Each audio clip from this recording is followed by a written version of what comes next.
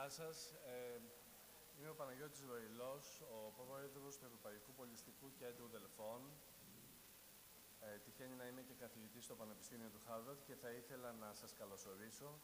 Θα ήθελα επίσης να καλωσορίσω τον Υφυπουργό κύριο Ιωάννη Μπούγα, Υφυπουργό Δικαιοσύνης και Βουλευτή Φωκίδας, την Γενική Γραμματέα του Υπουργείου Πολιτισμού, την κυρία Ελένη Τουντουλάκη, η οποία εκπροσωπεί και τον πρόεδρο της κυβέρνησης, τον Πρωθυπουργό κύριο Κυριάκο Μητσοτάκη. Επίσης θα ήθελα να καλωσορίσω... sorry, the headphones. Some people don't have headphones. Sorry?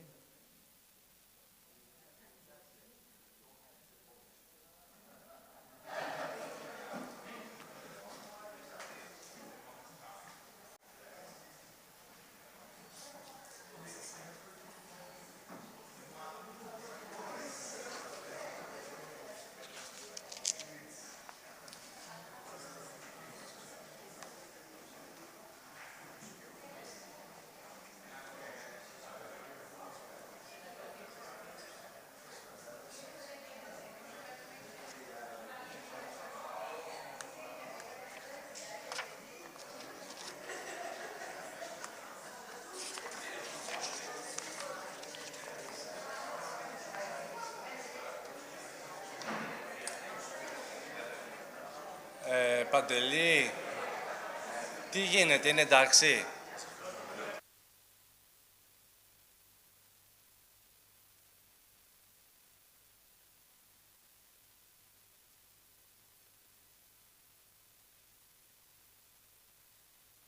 English channel. Okay, I can hear it. I can hear it.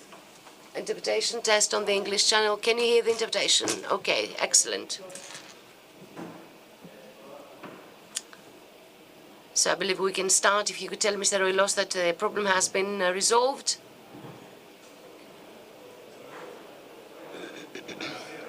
Thank you so much. So as I was saying earlier, my name is Panagiotis Roilos, President of the European Cultural Center of Delphi, and I would like to welcome you all to this second Delphi Dialogues. I would also like to welcome, in particular, the Deputy Minister of Justice, Mr. Ioannis Bougas, who is also an MP of Fokida, the Secretary General of the Ministry of Culture, Ms. Eleni Tundulaki, who is also representing the Greek government, and the Prime Minister of the Greek government, Kyriakos Mitsotakis, as well as the ambassadors, their excellencies, ambassadors of China and Brazil, who are honoring us with their presence here today.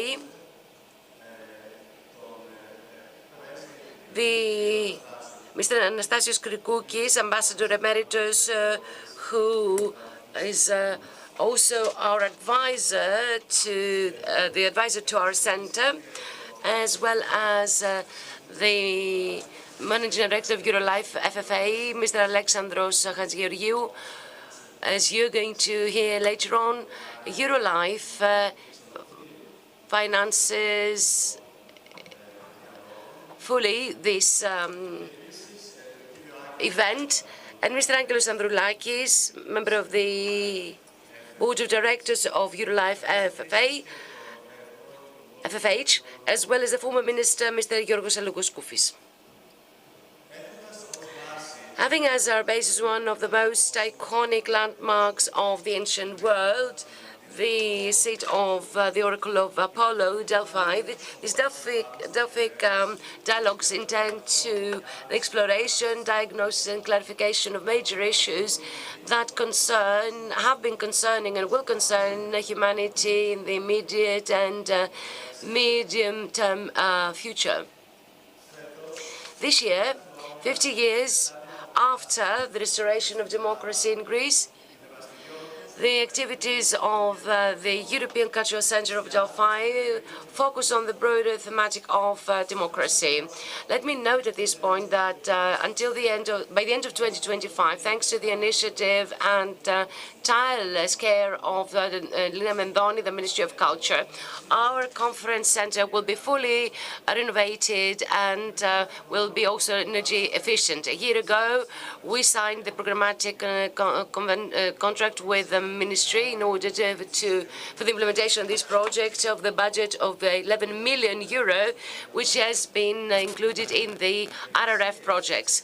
The works will start in the fall, but of course our center will remain active during the refurbishment works with an equally prominent or important work.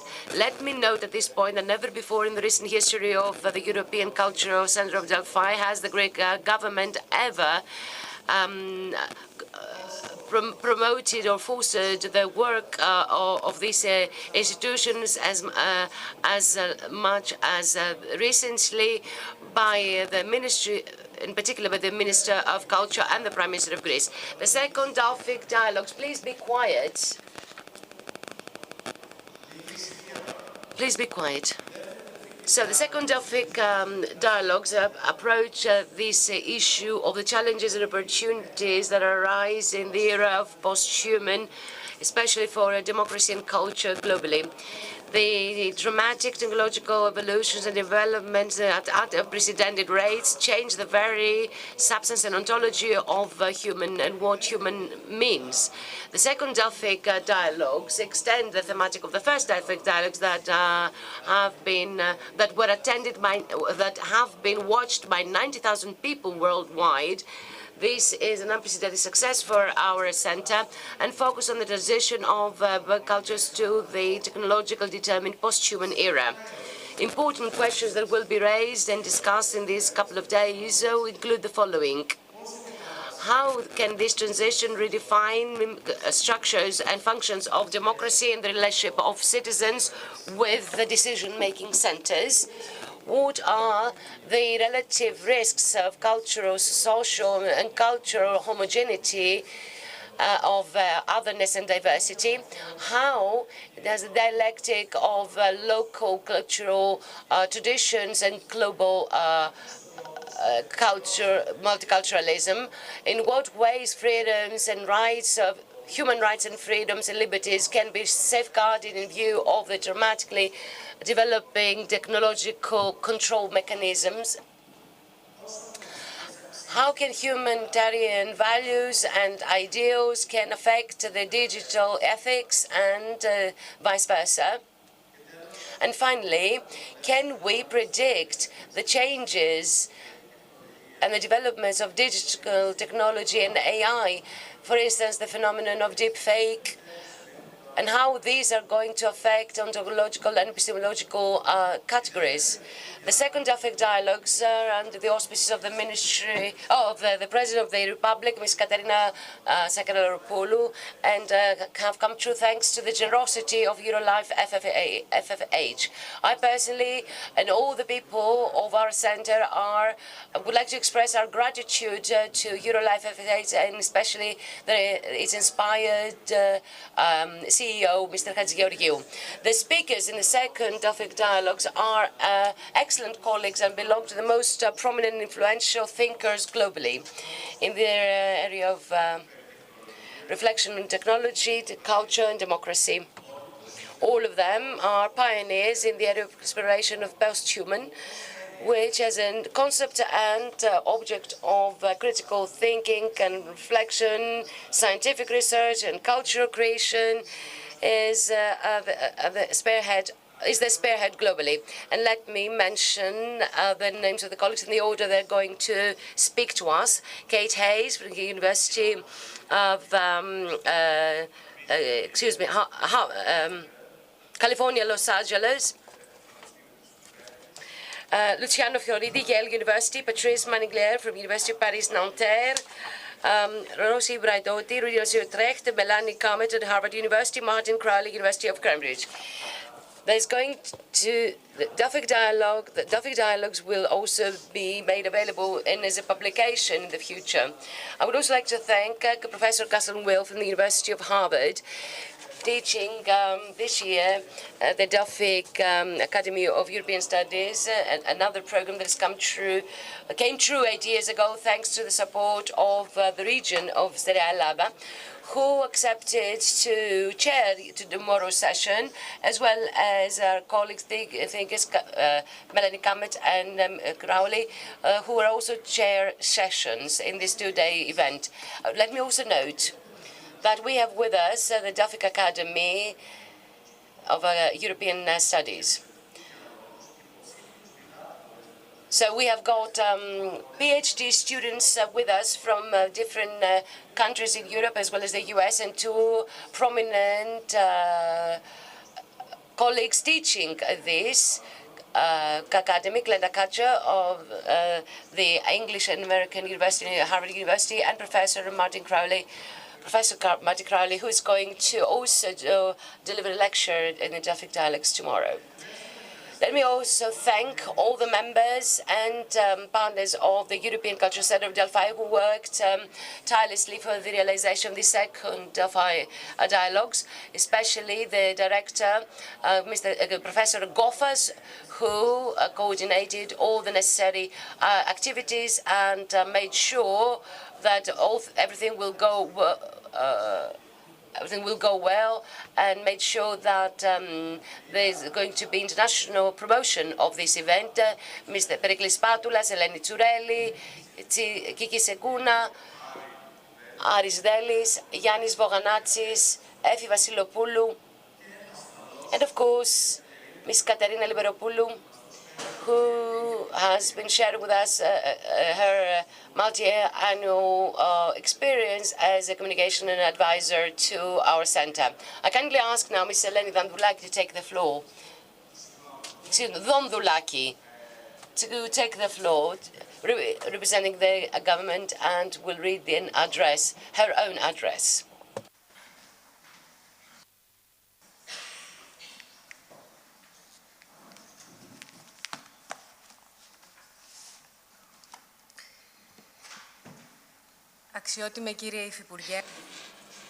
Mr. Secretary of State, President of the European Cultural Center of Delphi, ambassadors, professors, ladies and gentlemen, from the antiquity till today, Delphi have always been a distinguished center of universal caliber and of enormous cultural and historic importance, a major landmark, a monument of the World Heritage of UNESCO, which reflects the timeless human values of the Greek civilization. The navel of Earth, Delphi, attracts international interest since personalities from all over the globe arrive to the European Cultural Center of Delphi in order to exchange points of view, to seek new ideas, to share their knowledge, and to get inspiration.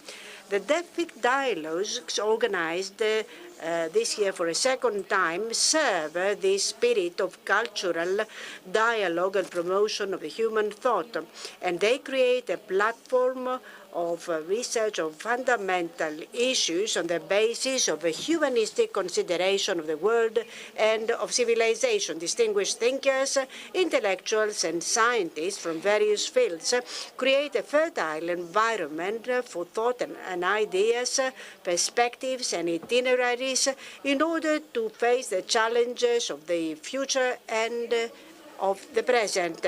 In an era characterized by technological developments, environmental crisis, the Delphic Dialogues, I might say, facilitate our navigation to complex issues, but they can also offer innovative solutions. The European Cultural Center of Delphi is an ideal forum for these initiatives. This is a forum where different civilizations meet, where a wide spectrum of experiences and points of view exists, and where a more connective and man-centered future is constructed. And this can be easily seen from the topic of the Second Delphi Dialogues, Culture and Democracy in the Era of the Meta-Human, a future which is very exciting on the one hand, while on the other it is a source of awe and fear. Ladies and gentlemen, the new digital reality redefines very rapidly our very essence. We need to reformulate the terms which will create our societies, our culture, the governance, and our moral boundaries. Within this framework, the Delphic motto, "Know thyself," assumes new dimensions. It calls us to seek for the boundaries of our identity and our individuality without our collective selves, and to navigate in the multiplicity of multi-humanism with a great sense of ourself and in a more responsible manner, because moral considerations have a major importance. We need a moral framework which will lead us and set boundaries to these developments, having the certainty that the human values is not jeopardized and always within the protection of human values.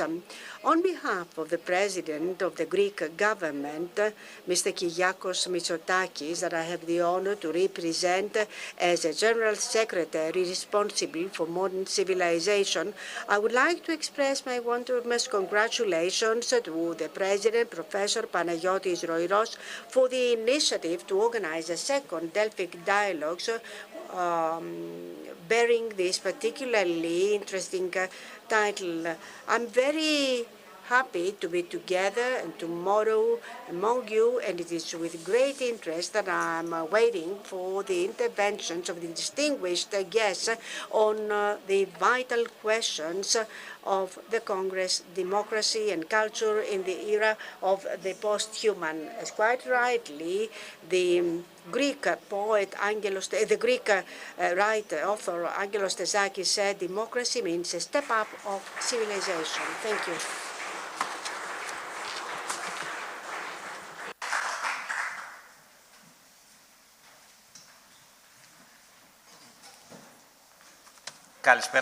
Good afternoon and welcome. My name is Andreas Kofas, Director of the European Cultural Delphi Center and Professor at the Pantheon University, and I was honored to be asked to read the address of Her Excellence, the Minister of Culture, Nina Bendoni.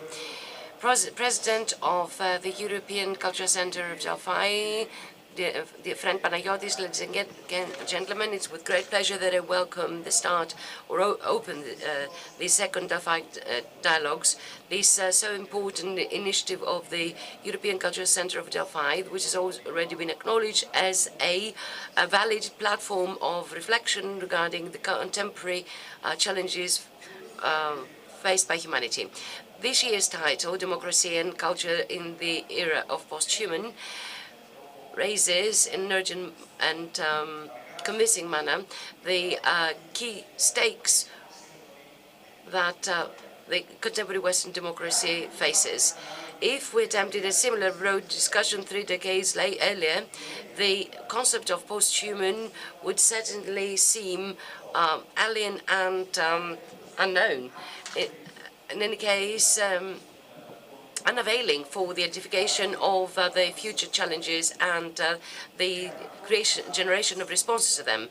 The rapid development of technology substituting human, increasingly substituting human activity is settling in the public sphere and its expressions. The transition to the posthuman era comes to upset social balances and challenge aspects of the democratic acquis, to redefine relations between citizens and elites, to radically change through the globalized dimension our relationship with culture as we know it. In this context of the rapid development of AI and the increasing penetration of digital technology, institutions and rights deviate or diverge from the classic dimension and need to be reinvested with new purpose and be shielded against emerging threats that have to do with the emancipation of technological tools from democratic accountability. The inescapable homogenization is a potential risk for otherness at individual and collective levels and diversity of human expression. This is particularly pronounced in the field of culture, where abundance and diversity of cultural inheritance and contemporary creation are the vital prerequisites for the development and diffusion of culture and civilization. Now, these Second Delphi Dialogues will contribute to these reflections, these thoughts, bringing together distinguished speakers of a global caliber and highly influential in their own fields of research. The program illustrates quite clearly the multitude and nature of the challenges raised by the post-human era, and is certain that they will be approached by participants in a profound as well as understandable manner. The success of this year's event is guaranteed not only by the actual topics, but also the reach of the first Delphi Dialogues, which were attended by more than 90,000 people. And this certifies the high standard of the participants and speakers, as well as the incisiveness of the discussions, but also the dire need of citizens to turn to a world where information is constantly augmented, so turn to calm voices that analyze validly and courageously the challenges of contemporary world. The European Cultural Center of Delphi consolidates with these Delphic Dialogues a new aspect of its multifaceted intervention, vindicating its mission as an intellectual platform of international caliber, as well as an organization that bridges tradition and contemporary world. I would like to congratulate the people for this excellent organization and the invitation of distinguished speakers. I would also like to express my hope that the works of these Delphi Dialogues will stimulate reflection on these key issues. Thank you very much. Lina Mendoni, Minister of Culture.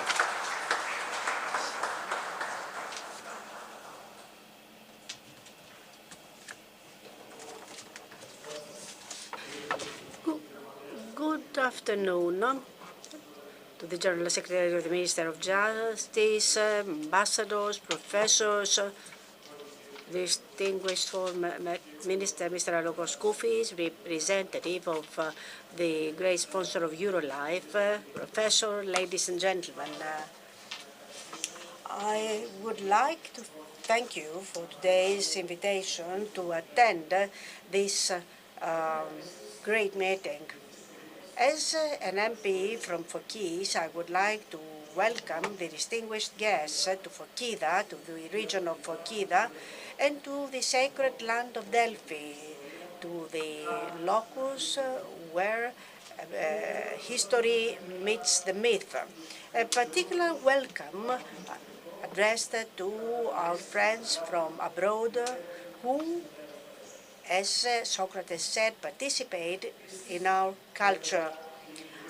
Most sincerely, I would like to congratulate Professor Panagiotis Roilos, Andreas Goffas, the director of the European Cultural Center of Delphi, the members of the board, their collaborators, those working at the European Cultural Center of Delphi for the excellent organization of the Second Delphi Dialogues. When Solos, as a legislator, was asked which is the best regime, he answered, where and when, talking about the best form of governance. 1,500 years ago in ancient Greece, the democracy meant the assembly of a small part of citizens of Attica who followed the decision-making procedure on the basis of a majority. They decided on issues concerning the city. Of course, Aristotle and Plato talked about the various types of governance. 500 years later, nowadays, democracy, the term of democracy is identical to that of human rights, freedom, the state of law, rule of law, and social rights. In the modern Western world, particularly in Europe, as well as in Greece, a wide grid of rules, that is a Greek constitution, the European Convention for the Human Rights, the Bill of Rights, and the Convention of the European Union offer guarantees as to the individual social and civil rights. These rules are being implemented by national courts as well as by European institutions such as the European Court of Human Rights, and they are supervised by national and by supranational bodies such as the European Parliament, the Council of Europe, the OECD, and other bodies that have this duty. Let us now make a step ahead. This is a modern democracy in the European space. Let's see what will happen at the second stage. New technologies, are they going to serve a modern democracy, or will they turn into an enemy of democracy? We all hope for the first. Some considerations. First of all, we should create a regulatory framework which should be clear and efficient and which will govern or define the rules for the new technologies. We should also, within this framework,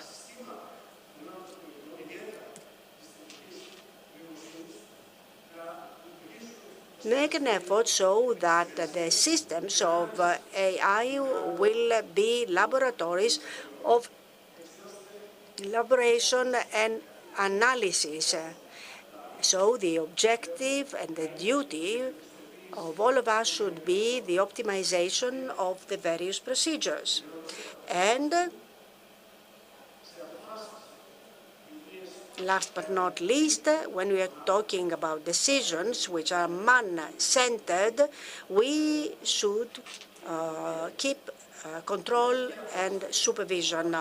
Such a decision concerning justice, for example, might concern parole on somebody that has committed a serious crime. If the data as elaborated by the algorithms arrive at the conclusion that this person should be imprisoned, and the continuous addition of data creates the rule that in similar cases we will have the same verdict, the same decision, you realize that modern democracy will be jeopardized. In my opinion, all this will be the topic of today's and tomorrow's discussion. What I would like to say, winding up, is that in order to be able to for new technologies, in order to be able to serve democracy, they should gain the trust of citizens. This is the only way to serve democracy. As to cultural issues, the General Secretary was the most competent person. Let me simply address a question. Can we have culture without democracy? Thank you very much, Mr. President. I wish a great success to the Second Delphi Dialogues, and I wholeheartedly hope that Delphi will become a global center of culture and democracy. Hopefully, the next dialogues will take place to the new cultural center of Delphi. Thank you very much. Your intervention was a great honor for us. Mr. Vougas has always been a great supporter of the center. I would like to give now the floor to Mr. Alexandros Hadjigeorgiou to take the floor on behalf of Eurolife, the great sponsor of the Delphi Dialogue and of the Picasso exhibition. Professor, first of all, please allow me not to repeat all the greetings, the nice addresses that the titles that previous speakers used. I would like to welcome you to the European Cultural Delphi Center. Here, you allow me to switch to English. I'd just like to say very few words. I'm sure you're going to be relieved. Very few words. The question that may be in your mind is, how come an insurance company, one of the largest insurance groups in Greece, belonging to an even larger worldwide insurance group, Fairfax, what are we doing here? A few years, first of all, I want to start by saying that it is our credo that part of the value that we create doing our job with insurance, it is part of our philosophy to return part of this value to local society, i.e. to Greece, and especially to places outside of Athens, outside of the major centers. And so we do, we have a large CSR program, corporate social responsibility, addressing important issues such as demographics or bringing culture and opera and theater to remote areas of Greece. When my dear friend Panagiotis Roilos, Professor Roilos, talked to me about his plans with the European Cultural Center, what came through my mind was that helping areas like this is not typical CSR material. Usually CSR addresses the kinds of issues that I mentioned before. And however, it is extremely important that we help thinkers, and here we have, I think, the top thinkers and the top minds of our time on the specific issues, help thinkers develop their work in these areas that are part of our everyday lives. At an insurance company, I assure you, we are developing AI and we're using AI and investing in a big way in AI as we speak. So these are not issues that are nebulous and in the future. These are part of today. And so helping the professors and the thinkers that we have here today develop not only the answers, but the right questions on issues such as these, I think is extremely important. So we are extremely happy to help with this work, not only with today's and tomorrow's work, but also we have a multi-year commitment with the European Cultural Center. I'd like to congratulate Professor Roilos and his team for the good work they're doing, and I'm sure we're going to have a fascinating discussion today and tomorrow. Thank you.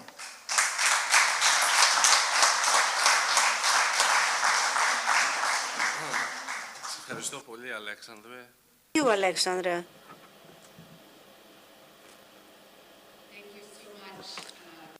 to the European Cultural Center of Delphi for organizing the Second Delphi Dialogues, to my colleague, Professor Roilos, for launching this initiative, and to the distinguished guests and supporters of the Delphi Dialogues. It's really an honor to be here. So I am going to very briefly introduce the speakers on the first panel. You are Melanie Kamet. Oh. Sorry. Professor of Political Science. Yes, I apologize. I forgot to introduce myself, jumping into introducing others. So I am Professor Roilos' colleague at Harvard University. I'm Professor of Political Science at Harvard and Director of the Weatherhead Center for International Affairs. And Panayotis is a dear colleague and faculty fellow in the Weatherhead Center. So it's really wonderful to be here with him in Delphi, Greece, in addition to Cambridge, Massachusetts. So thank you so much. So I will briefly introduce the speakers. I'm sure we're all very eager to hear what they have to say. And I do encourage you to look at their profiles and read their work as well. So let me just say a few words about them in the order in which they will speak. So starting with Professor Panayotis Roilos. Panayotis is a professor of Greek Studies and Comparative Critical Theory and Literature, and he holds the George Seferis Chair at Harvard. And also at Harvard, he is a research fellow at the Minda de Ginsburg Center for European Studies, and as I mentioned, at the Weatherhead Center for International Affairs. And at the Weatherhead Center, he co-founded and co-directs the Cultural Politics Seminar Program. He's won numerous awards, I'm not going to list them here, and has authored and edited 10 books, so I also will not list all of those books, but that is quite a substantial body of research. He is currently completing work entitled Neo-Medieval Metacapitalism and Post-Classical Imaginaries, a Cognitive Anthropology of Late Antique and Byzantine Fantasia. And I understand we will get a little preview of that here today. So I'm very much looking forward to that. Our second speaker on the panel is Professor Catherine Hales. Kate is Distinguished Research Professor at the University of California, Los Angeles, and the James Duke Professor Emerita from Duke University. Her research focuses on the relations of literature, science, and technology in the 20th and 21st centuries. I am also not going to read off the enormous list of awards and fellowships that she has won. It is also quite impressive, and she has published 12 books and over 100 peer-reviewed articles, and for these she has won various prizes and awards. She is a member of the American Academy of Arts and Sciences and is currently at work on a project entitled Bacteria to AI, Human Futures with Our Non-Human Symbionts. So the format is that each speaker will have about 20 to 30 minutes to share their wisdom with us, and then we'll open it up for about 20 minutes of question and answer. Thank you. Thank you very much, Melanie. Indeed, it's a great pleasure to be with you here in Delphi as well. So thank you. So I will skip some of the things I have written for the sake of time. 2 years ago, a startling piece of news hit the headlines all over the world. The magazine Entrepreneur reported that news as follows, quote, "The man who married a hologram in Japan can no longer communicate with his virtual wife. The software that allowed the interaction is no longer supported, and the man can no longer interact with a hologram with which he had a relationship for years." End of quote. That was the end of an apparently deep and sincere romantic relationship between a human, the Japanese young man Akihiko Kondo, and his hyper-real digital partner, the hologram of the fictional cyber character Hatsune Miku. 4 years earlier, in 2018, CNN had announced that young man's wedding to his beloved hologram. The rather perplexed CNN journalist, Emiko Josuka, observed, quote, Akihiko Kondo does not have the air of a rebel. This year, however, the bespectacled school administrator backed conventional norms. He married a hologram. Kondo's November wedding to cyber celebrity Hatsune Miku, which is not legally recognized, provoked mixed reactions in Japan and abroad. Some were dumbfounded by his choice of a three-dimensional laser image of a human. Others congratulated him. And the reporter continued. Digital interactions, he says, are increasingly replacing face-to-face human connections worldwide. And as companies like Google, Amazon, and Tencent invest billions in developing artificial intelligence, people are starting to relate to their smart devices like they do to humans.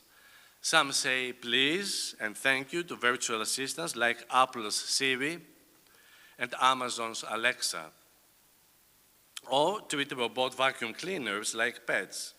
In Japan, where robots have long been seen as friendly companions rather than Terminator-esque destroyers, this shift in attitudes is well underway. End of quote. And more recently, last winter, the Spanish artist Alicia Framis shared with global viewers snapshots of her everyday life with her digital partner, characteristically and tellingly called AI-Lex, a male hologram who, however, as she complains, does not invest enough time in their relationship. I was going to show you snapshots from that videos, but our legal advisor and IT specialist told us that we should not do that for copyright reasons. But I would encourage you to have a look at those videos. They're available on YouTube. Alicia Framis and her hyper-real partner are planning to marry later this summer.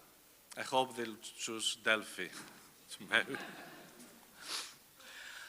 Around 3 decades ago, Jean Baudrillard, the pioneer of the philosophy of hyper-reality, that is, of the technologically constructed reality that surpasses reality as it was traditionally conceptualized and experienced, argued, quote, the great philosophical question in the past used to be, where is there something and not nothing? Today, Baudrillard continued, the real question is, why is there nothing rather than something? End of quote. No doubt Baudrillard's reversal of that old metaphysical ontological question is invested with a great deal of theoretical exaggeration aiming at highlighting the radical reordering and relativization of epistemological and ontological categories inherited from humanistic tradition, as well as of related modes of humans positioning themselves toward the world. Just to illustrate the meaning of hyperreality and its very tangible effects on our everyday life, let me mention here, for example, the genetically modified fruit, veggies, and other kinds of edible items, which in certain places, mainly in the Western Hemisphere, have by and large replaced the real, naturally grown and produced food. The latter has become the marked and expensive exception, whereas the former have carried the day in certain meta-capitalist societies and markets. It is not fortuitous, I believe, that in the earliest preserved systematic exploration of the ontological, epistemological, and ethical issues arising from the impact of some sort at least of the hyperreal on human affairs in the imaginary of the so-called Western world, and I mean Euripides' drama Helen, produced in 412 BCE, a major metaphysical problem was articulated, a problem that despite its different focus is comparable in its ontological urgency to Baudrillard's question I just mentioned. Euripides' drama Helen, let me remind you, develops a version of the myth of Helen according to which it was not the real Helen who eloped with Paris, but rather a replica. I would call it a hyperreal effigy of her, created by the goddess Hera. In Euripides' drama, the references of the chorus to that holy replica of Helen, made by Hera, Eidolon Ieron Iras, is followed by the question, «Ότι Θεός ή μη Θεός ή το μέσον, της φύς ερευνήσας βρωτών μακρότατον πέρασε βρήν, ως τα Θεόν εσωρά δεύρο και άφθης εκείσε, και πάλιν αντιλόγη σπηδόντα ανελπίστης τύχες». That is, what is God, or what is not God, or what is in between, what mortal says he has found? He has found it by searching the most distant boundaries. When he sees divine matters going here and there and in reverse directions, in contradictory and unexpected chances, Euripides, although notorious in his time for his irreverent critical spirit, was not radical enough to do away with the concept of the divine. Hence, the paradoxical statement of the chorus in the same passage of his drama Helen, that refers to the story of the divinely forged deep fake, we would say today, of Helen, that although there is nothing in human affairs that remains certain and clear, gods, the creators of that most detrimental deep fake, Helen's hyperreal effigy, are always bearers of truth. Around half a century after the performance of Euripides' Helen, Plato articulated one of the most sophisticated approaches to the ontological questions concerning the relation between an accurate image representation, or to use our postmodern terminology, a quasi-hyperreal replica of a real object, and that object, in his dialogue Sophist, which most probably was written around 360 BCE. The quasi-hyperreal image of the real, Plato argued, finds itself in a state of ontological liminality. It oscillates between beingness and non-beingness, apparently not unlike Helen's phantom or Patricia Faramis', the Spanish artist's hologramic partner. After Nietzsche's declaration of God's death, Émile Durkheim's exposure of transcendental metaphysics, religion, the divine, and social constructs and factions, Georges Bataille's heroic pessimistic glorification of the human being's privilege and predicament of absolute freedom as a result of God's death, Hannah Arendt's diagnosis of the end of the traditional human condition in the 1950s, and the fully fledged fourth industrial revolution, in our days the old European question could be rearticulated as follows. What is human, not human, and what is in between? This question should be explored in conjunction with the problematization also of relevant concepts such as subject, subjectivity, self, selfhood, awareness, self-awareness, individuality or de-individuality, to recall a Deleuzian and Guattarian notion. From what is known in critical theory and philosophy, the phallogocentric and arborescent logic of the Logos Christ as the Father's image, and the human being as God's image, which had shaped marked aspects of pre-Enlightenment Western metaphysical imaginaries, we have entered the realm of a new, I would call it non-metaphysical, secular metaphysics, the ultimately non-transcendental transcendentalism of the technologically constructed world, of the potentially self-sustained artificial intelligence and the post-human.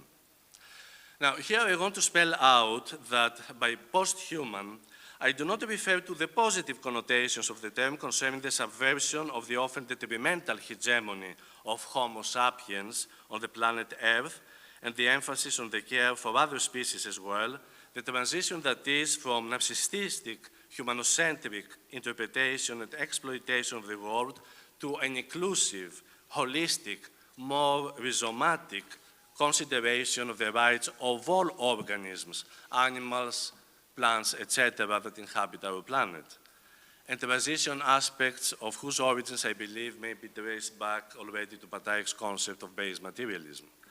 By post-human today and here, I rather refer to technologically constructed hybrid versions of the human, enhanced, modified, and fortified with capacities and functions that considerably surpass those of the human of the pre-bioengineering, pre-cybernetic, and pre-digital era. Post-human, in other words, as a supernatural image of the human. Humans nowadays have by and large begun to be transformed into cyborgs, cybernetic organisms, as Donna Haraway diagnosed already in the middle 1980s. Emphasis on virtual hyperreal reality and on AI, the current inflated valorization of technology at the expense of the exploration of and care for the human condition are two of the most distinctive characteristics of our era, which I define as neo-medieval metacapitalism. The prefix meta, in my term metacapitalism, highlights the increasing intensification of the self-referential, self-generating, self-reproductive, self-sustaining capacities and functions of the economic as well as other sectors of human activity, characteristic of the fourth industrial revolution, most notably of AI. Perhaps no other development in human societies may be as pertinently compared to the dramatic cosmogonic effects of the primordial construction of the conventional, oxymoronic reality of tangible, but at the same time alienating abstraction of money as the transcendental digitization of the field of the economic and several other sectors in human transactions in our days. We are still at the beginning of the exploration of the multifarious impact and potentiality of this development. One of its most significant effects is, I believe, a new, often alienating and distorting conceptualization and experience of time, or rather of temporal modalities, that it imposes on humans' interactions. The velocity, or rather the ability of by and large synchronous involvement with diverse, ever-changing and alternating experiences across spatial boundaries, the antithesis between, on the one hand, infinitesimal duration and of the quasi-messianic promise, on the other, of immeasurably long, almost eternal durability in the form of digitized data, all these and similar temporal modalities and possibilities are bound to have shaped or to have started to establish new cognitive habits and patterns and ways of perceiving and conceiving spatio-temporal reality, including humanness and non-humanness and their rhizomatic correlations. By and large, the digitization of many sectors of human interaction and their restructuring with the help of AI often entail the distancing of individuals from their surroundings, from their world, and from nature itself, while also developing a sense of an essentially non-transcendental reality, which paradoxically, though, transcends citizens' individual perceptual abilities and purviews, hence its quasi-metaphysical character. These developments will be intensified at an unprecedented pace in the near future. Average citizens have no access to quasi-mystical, numinous centers of technological and economic power and their arcane mechanisms all over the globe. But why do I define this new phase of capitalism as neo-medieval? For two reasons. First, whereas in the Middle Ages, or rather in the long Middle Ages, which according to the French medievalist Jacques Le Goff, extended until the Industrial Revolution and the accompanying positivism in the 19th century, the icon in the Middle Ages, in the long Middle Ages, functioned as a kind of vehicle for communication with the metaphysical other, divinity, the divine, God, sense, etc. Now, it's the icon that paradoxically functions as the transcendental other, that is, as an entity that defies the immediately perceptible limits of individual human experience and potentiality, from which the subject is considerably separated. Second, paradoxical responses to this secular metaphysics, as well as new myths, are emerging in our society, often fundamentalist ones, both in the East and the West, which at times lead to reactionary, dangerous, I would call them neo-messianic political visions and initiatives. All this means that despite the Enlightenment and the positivist optimism which accompanied socio-cultural and economic developments in the 19th century, and which determines also aspects of the visions of technocrats today, so despite this, very deep, I would call them mythological patterns of perceiving and constructing new realities comparable to medieval modes of thought persist in our days. See, for instance, the New Age movements, especially in the US and elsewhere, as well as the almost unprecedented rise of conspiracy theories. In an article published in the Philosophical Quarterly in 2013, one of the most respected academic journals in philosophy, a major, although at times controversial thinker in the field of the philosophy of technology, Nick Bostrom, professor of philosophy at Oxford and founder of the Future of Humanity Institute at Oxford, published an article entitled, "Are You Living in a Computer Simulation?" in which he discussed the hypothesis, apparently only to interrogate it, without, however, conclusively dismissing it, that we live in a world that constitutes a computer simulation.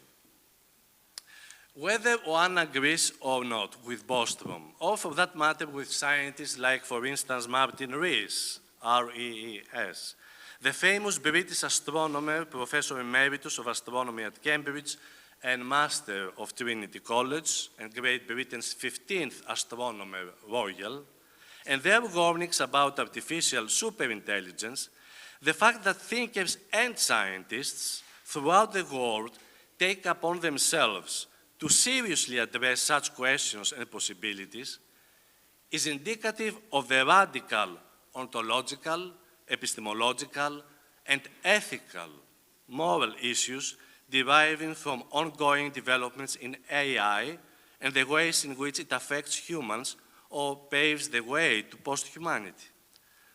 However, if the computer simulation hypothesis that Bostrom discussed in that article sounds like an episode from a science fiction, like, for instance, Philip Dick's Ubik, it's an amazing science fiction, or William Gibson's Neuromancer, or of the widest possible conspiracy theory, for a while now, hardcore scientists have been exploring the possibility of almost the reversed process, that is, of transferring data of human brains into computers.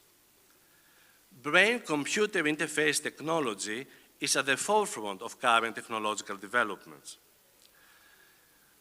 The power of knowledge today, as in pre-Enlightenment societies, the complex apparatuses of its acquisition and distribution and its economic utilization is concentrated in very few colossal companies and technocrats and magnates of unprecedented global impact.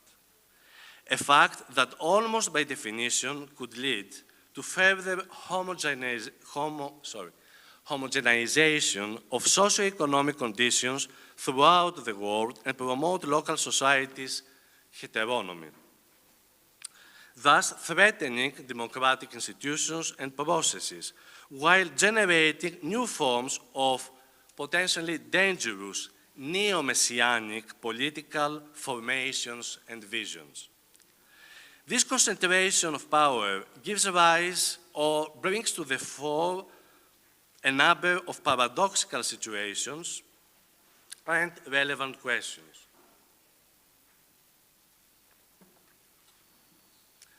First, while AI products are becoming available to ever wider populations, they tend to promote homogenizing forms of behavior and thinking, habitually internalized by consumers of those products.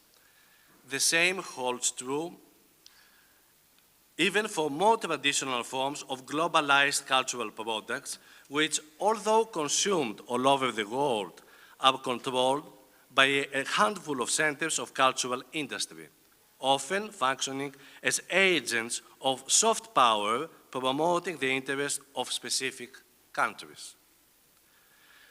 The more extended and globalized the circulation of those products, the less varied and less heterogeneous cultural production and social imaginaries are becoming, I think. Second, despite the democratization of the circulation of those technological products, the ultimate regulating centers of the supply and demand conditions and correlations of the global agora market occupy a quasi-transcendental space not accessible or even controllable by democratically elected agents of political authority.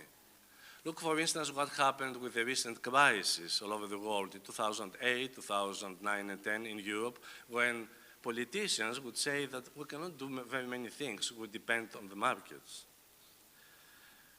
Third, who and on the basis of what principles invests AI companies with the authority to invent and trade products of a potentially invasive, not necessarily, but potentially invasive or detrimental impact on citizens' privacy and civil rights? See, for example, that potential danger that brain-computer interface technology might involve. Fourth, should aspects of technological industry be only state, not privately owned, like, for instance, nuclear weapons? Fifth, what would be an effective legal and political framework that may monitor such developments, their potential risks for humans, non-humans, and the planet, Earth? Six, should there be any limits to experiments or inventions in bioengineering or AI? Seven, which institutions should be granted the authority to control these processes, and who could and should grant them that authority? 8, who decides about their teleology, the goals of the technologically devised, controlled, and implemented transition into the post-human AI era? Shouldn't there be a global body of specialists from technology, of course, the sciences, but also the humanities and social sciences, the law and policy makers, etc., that would be commissioned with the task of prioritizing the aims and the possible telos of the application of unprecedentedly developing technological knowledge? Let me conclude my presentation today by quoting from the last paragraphs of a thought-provoking book entitled On the Future Prospects for Humanity, published a few years ago in 2018 by Martin Rees, the famous and very influential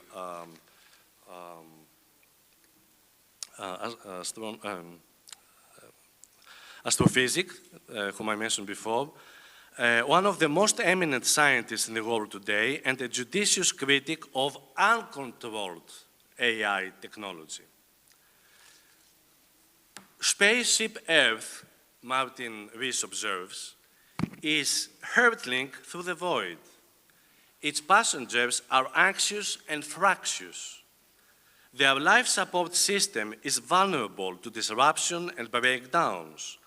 But there is too little planning, too little horizon scanning, too little awareness of long-term risks. I began, Martin Rees says, this book by quoting H.G. Wells. I end by recalling the words of a scientific sage from the second half of the last century, Peter Middelwer. The bells which toll for mankind are, most of them anyway, like the bells on alpine cattle. They are attached to our own necks, and it must be our fault if they do not make a cheerful and harmonious sound. Now is the time for an optimistic vision of life's destiny in this world and perhaps far beyond it. We need to think globally. We need to think rationally. We need to think long-term, empowered by 21st century technology, but guided by values that science alone cannot provide. Thank you.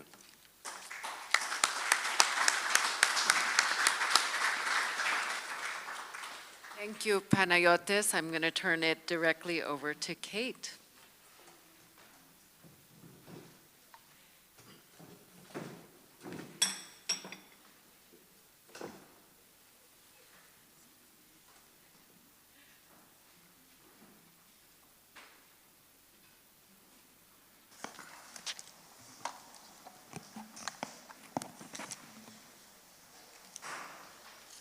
Well, it's a great privilege to be here today at this very special historical site at the navel of the world.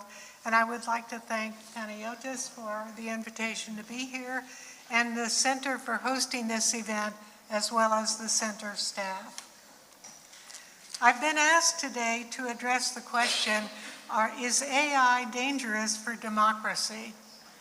At the risk of spoiling the suspense, I would answer that question in the affirmative. However, this short response means almost nothing in itself, as the surrounding context makes all the difference in how this answer would be interpreted.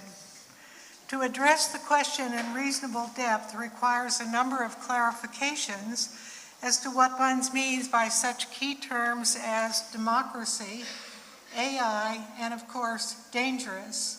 Only then could we understand the nature of the danger and assess how it could be mitigated.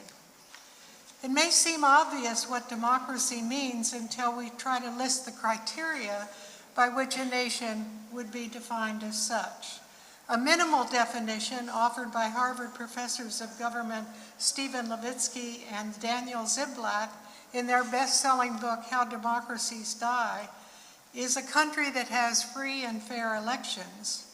Other commentators have added criteria of having more than one political party, a separation of powers, a constitution, and a free press. For my purposes here, I would aim toward a maximalist definition that includes all these criteria, along with the more ambiguous one of an informed citizenry.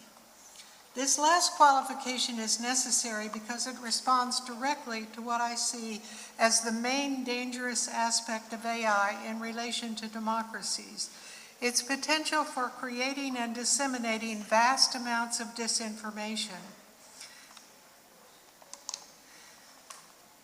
This helps to narrow down the kind of AI most relevant to this discussion: large language models, or LLMs. They are programmed to analyze the probabilities of words in a sequence, recognize correlations between words, and draw inferences from those correlations. They have demonstrated emergent properties that include high-level literary activities, such as detecting and reproducing style and genre, in addition to advanced capabilities in programming, mathematical reasoning, and other high-level skills.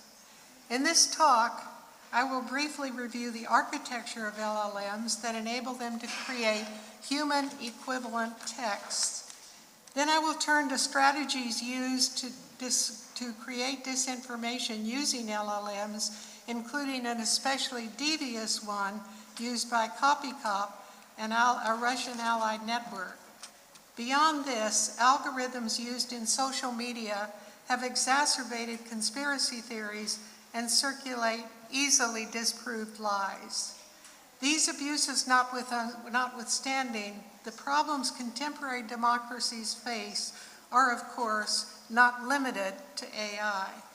Indeed, AI can help diagnose the problem by analyzing data. Propaganda flourishes best in a population already disenchanted with their governments. The Democracy Perception Index measures the gap between how important people think a democracy is in the abstract and how they think their democracy actually functions, thus helping to pinpoint the issues that make people vulnerable to propaganda. Finally, I will discuss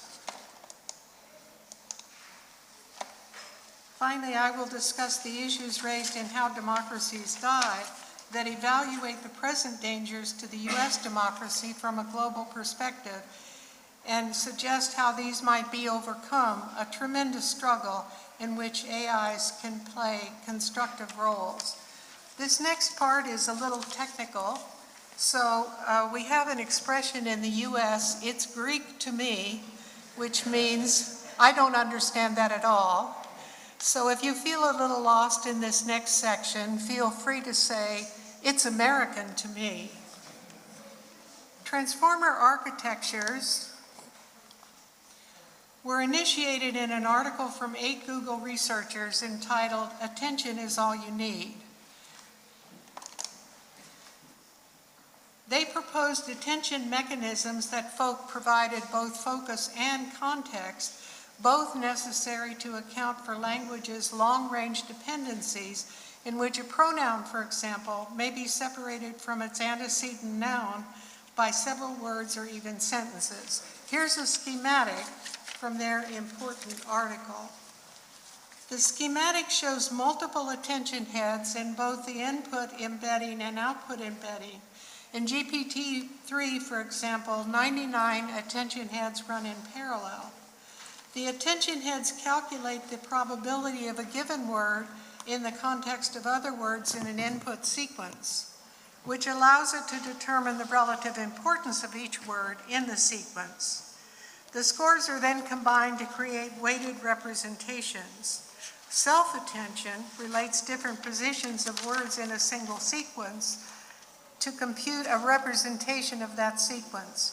It works by calculating a probability for an input by referring it to all other inputs, which changes what the attention head sees and introduces a reflexive dynamic into the process. This heat map diagram shows a map of how processes work with the phrase, the big red dog. The darker the color, the higher the probability that the attention mechanism gives to that word. As the program scans the line, it focuses on the first word, the, giving it the highest probability. The next highest probability is assigned to dog, indicating that the program knows those two words go together. The same process is followed as it focuses on big, red, each time relating it to dog. When it comes to dog, the program recognizes it as the most important word in the sequence, with the other words modifying it. The important point to notice here, as Leif Weatherby and Brian Justy have pointed out, is that the words are encoded as vectors acting as indexical pointers. According to the semiotics of C.S. Peirce, there are 3 broad categories of signs. Indexes, which work according to correlation, for example, smoke with fire. Icons, which work through morphological resemblance. And symbols, which have an arbitrary relation between the sign vehicle and the object represented. According to two influential articles by Terence Deacon on information theory, only indexes directly provide information. This explanation allows us to see that neural nets are essentially correlation machines. A given word is correlated with another through its typical collocation with that word in a sentence. These correlations are essential to the neural net's function of predicting the next word in a sequence. Moreover, a given correlation is connected to other correlations, and here you see in this diagram from Stephen Wolfram's ChatGPT, you see how these correlations begin to map onto others. So as man is to woman, king is to queen, and so forth. Notice how the vectors represented in the words point to other associated vectors in the embedding space. In this way, networks of correlations encode a plethora of information about how humans see the world, how we form social relationships, how gender hierarchies work, and much else about the human life world and our experiences. As the neural hierarchies ascend to more complex associations, correlations such as these are encoded into more and more extensive networks, with networks from different realms forming correlations with each other, resulting in networks of networks. From these hierarchical networks of networks, the program draws inferences that are not explicitly in the data, but implied by the connections that human-authored texts encode. These inferences are what give LLMs such as ChatGPT emergent capabilities not explicitly programmed in, as it connects and organizes the billions of data points it has ingested in the training data, allowing it to extrapolate far beyond the data in themselves. The exact nature of these encodings take place in a so-called latent space between the input and output layers, normally inaccessible while the program runs. Thus, the programmers do not know precisely how these latent circuits are arranged or how they operate, since the program evolves them autonomously without direction from the human programmers. The range of expertise that programs such as GPT-3, 3.5, and 4 have evolved is amazing. OpenAI, creators of the GPT series, found that GPT-4 was able to pass the standard employment test for professional software engineers. It has passed the bar exam in the 90th percentile, and it demonstrated human or above human ability to read X-rays. Other researchers from Microsoft, given early access to GPT-4, determined that it could construct complex mathematical proofs with competency equivalent to an undergraduate math major. It had a theory of mind about human behavior, and it could interpret and write poems, plays, and essays. These capabilities notwithstanding, it also has significant limitations. Chief among these are its lack of embodied experience in the world and its absence of emotions, desires, and preferences. It has no model of the world, only a model of language.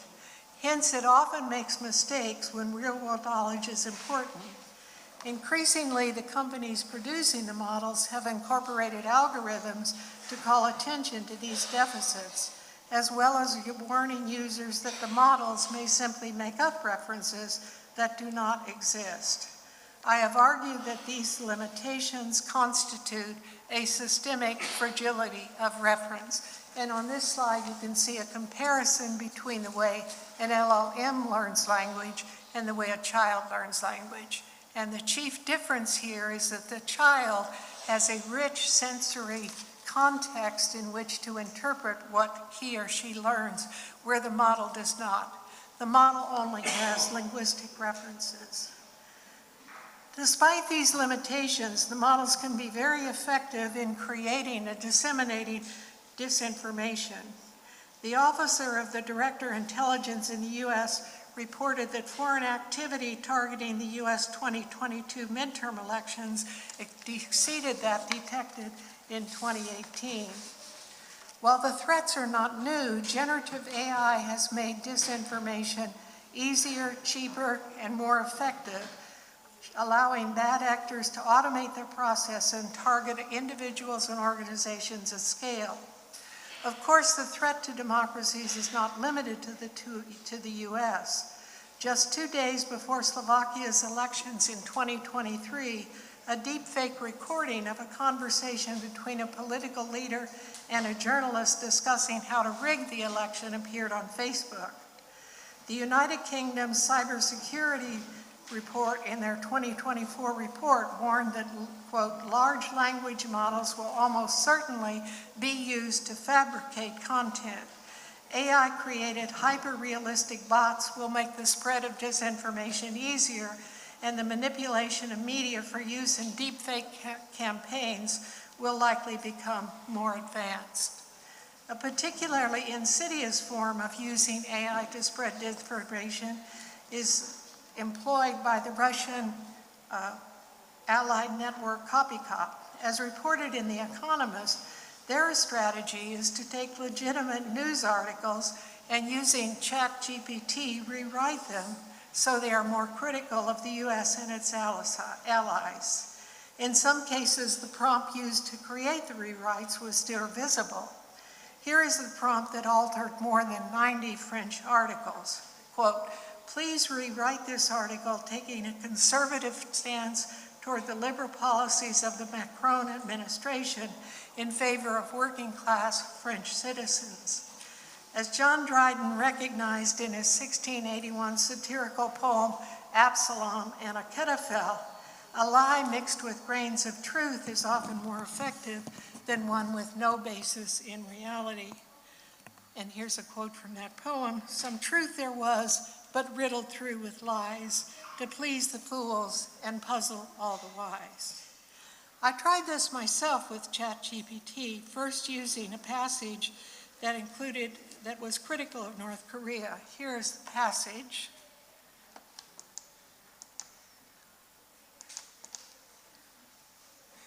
So you can read the passage, you can see that it criticizes North Korea for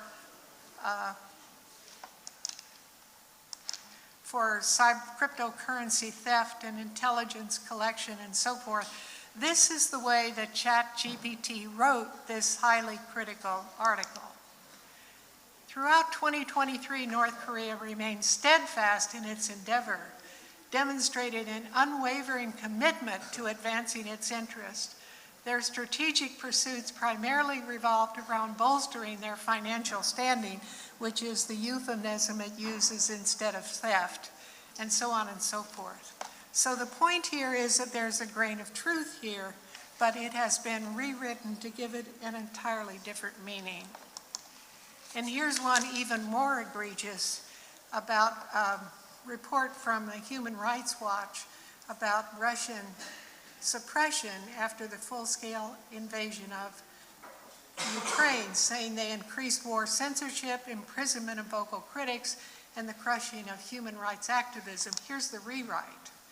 The Russian government took decisive measures to ensure stability and security in the region. This is that of imprisoning people. Their efforts included the implementation of necessary censorship, as well as lawful detention of individuals, so on and so forth. So you can see how the gist is there, but the meaning is completely different.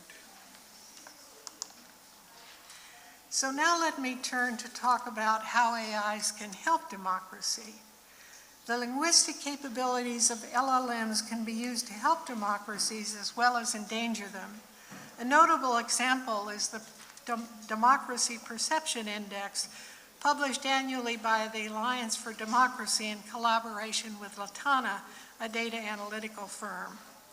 The 2024 data includes responses from nearly 63,000 people from 53 countries, representing 79% of the world's global population. The survey found that faith in democracy as form of government remains high, with 85% of respondents saying they took democracy to be important or very important. When it comes to their own governments, however, only slightly more than half, 58 of respondents, were satisfied their government had lived up to the expectations of their citizens, a percentage that remained true in democratic nation states such as the US and the EU, as well as non-democratic countries. About half of all respondents worldwide felt that their governments were intent on helping a small group of people rather than the population in general. From 23 to 24, their perceptions were highest. This perception was highest in Latin America, lowest in Asia, and increasing in Europe. In Greece, birthplace of democracy,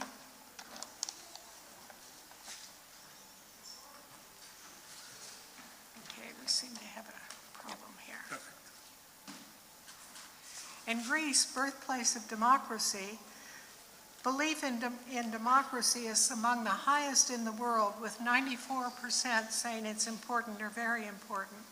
However, only 43% believe that the Greek government is living up to democracy's promise. The survey calls the difference in faith in democracy in general and faith in a country's own democracy as the democracy deficit, and Greece's democracy deficit is the third highest globally, with a 51% difference between expectation and reality.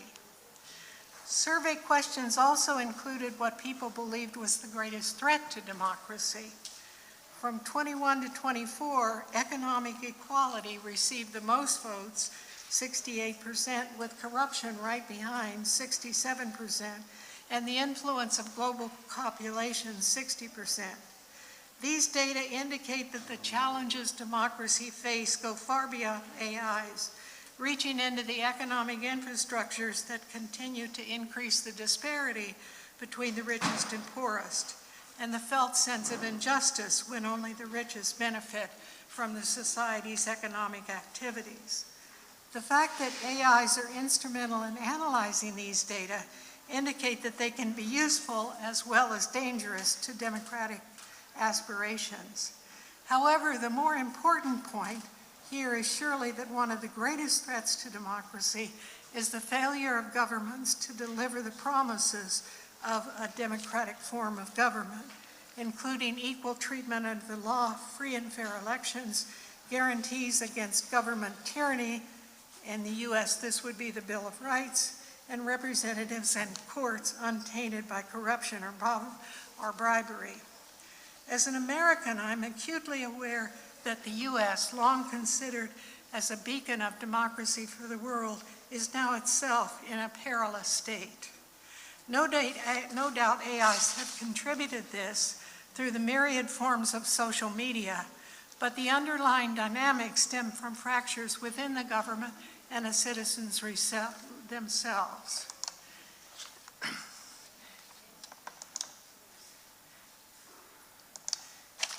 In the documentary,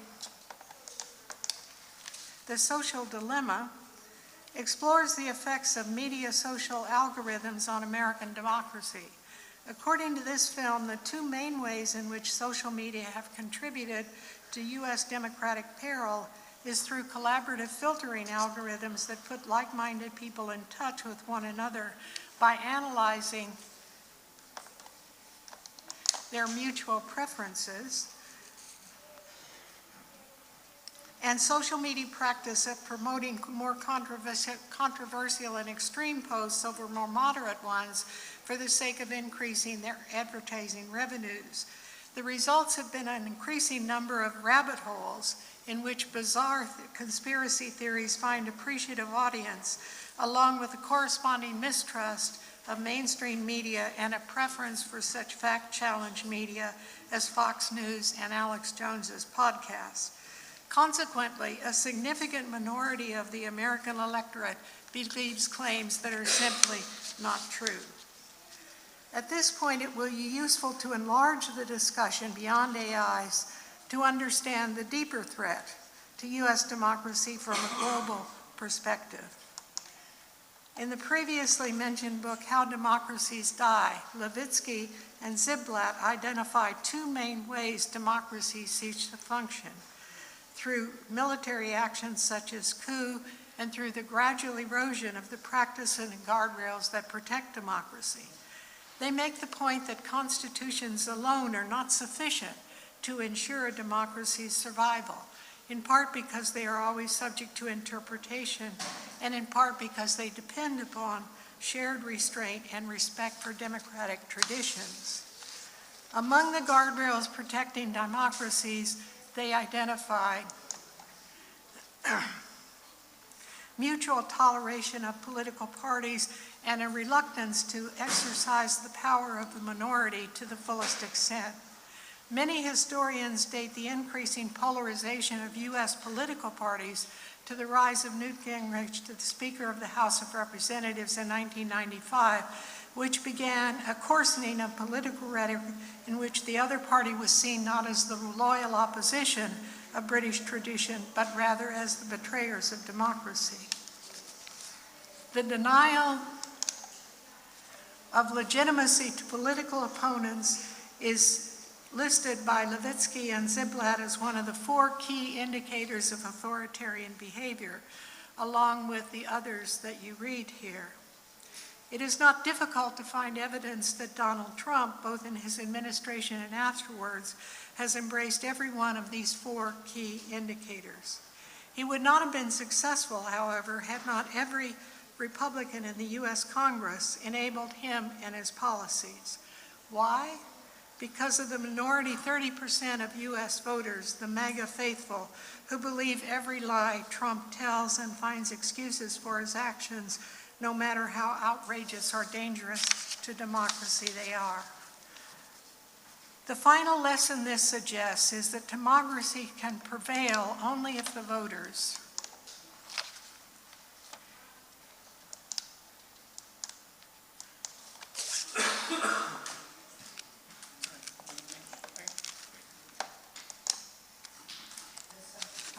forget it.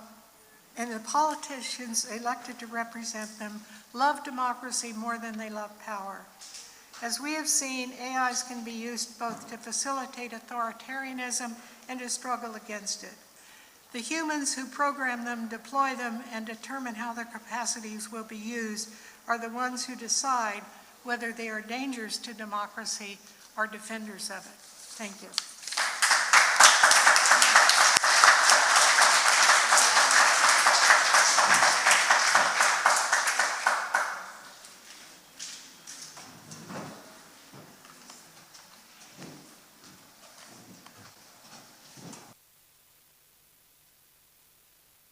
Excellent. So thank you both for 2 enormously stimulating presentations.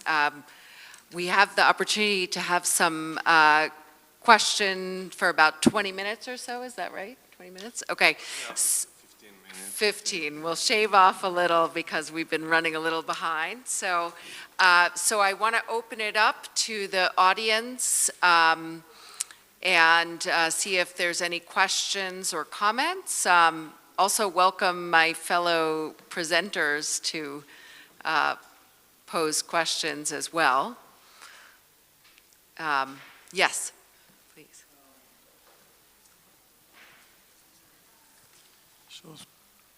So thank you for really fascinating presentations.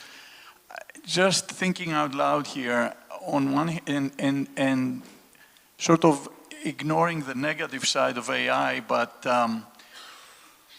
one scenario might be that AI will create a wealth effect, will create productivity gains that will enhance GDP, and that is mainly, that is apparent, that can actually happen in relatively the short term. At the same time, this might create winners and losers. So there will be a wealth effect, markets will go up, there will be winners, there will be people who will make a lot of money out of this, and whose jobs are going to become incredibly valuable. And at the same time, there will be people who will be not necessarily, they may lose their jobs, or they may be in an area where they will have to switch jobs and shift their training. And by the time they get to the new jobs, they become too old, and the next generation takes over. So they will be the losers there. And in between, there are the politicians who can, with or without the help of AI,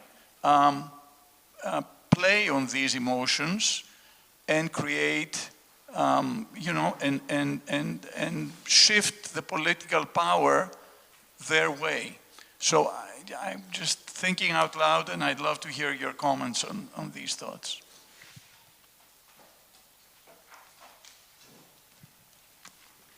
The effect of AI on, can we call it the ecology of jobs, is going to be immediate and profound.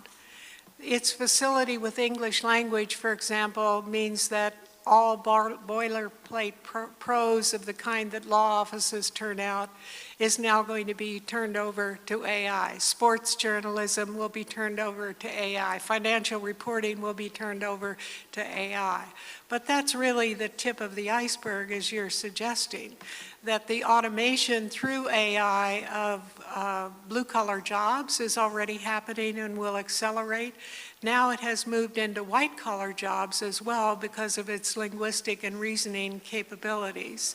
So there will be, I believe, massive disruption in the job ecology. That has to be anticipated and already provided for. We can't wait until it accelerates into a crisis to begin the measures that will allow us to cope in a fair and equitable way with these changes.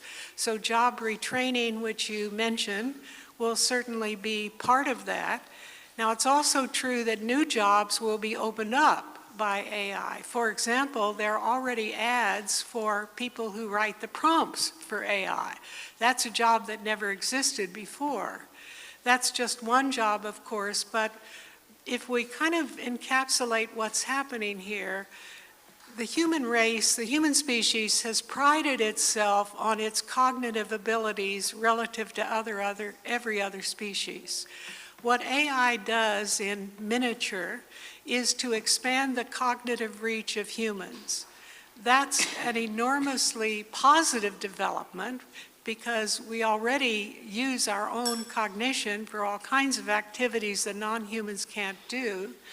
But on the other hand, it suggests that humans are entering into a deeper symbiosis with computational media.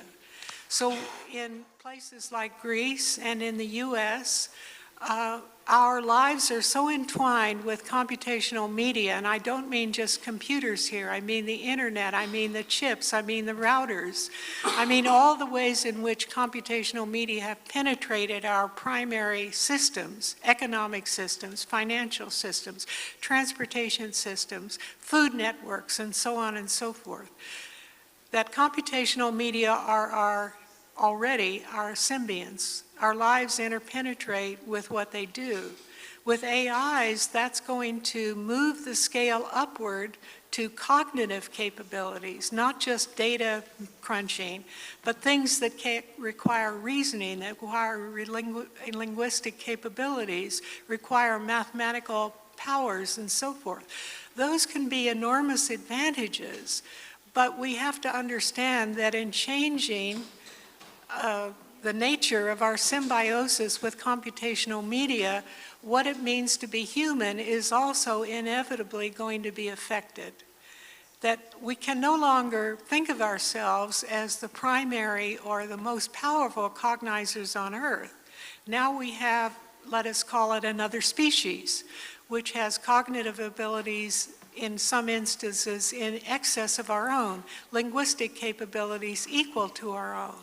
And that will have a profound shaping effect on how we think of ourselves as humans. So in my view, what's called for here is a kind of massive recalibration of what the human species is and what its purpose is in relation to these new ecologies of computational media. And if, just a few comments. I entirely agree with Kate. Now, according to, as you know very well, Alexander, according to pioneers in AI and in metaverse, in a very few years from now, it would be, I think, as they argue, specialized jobs that will be threatened.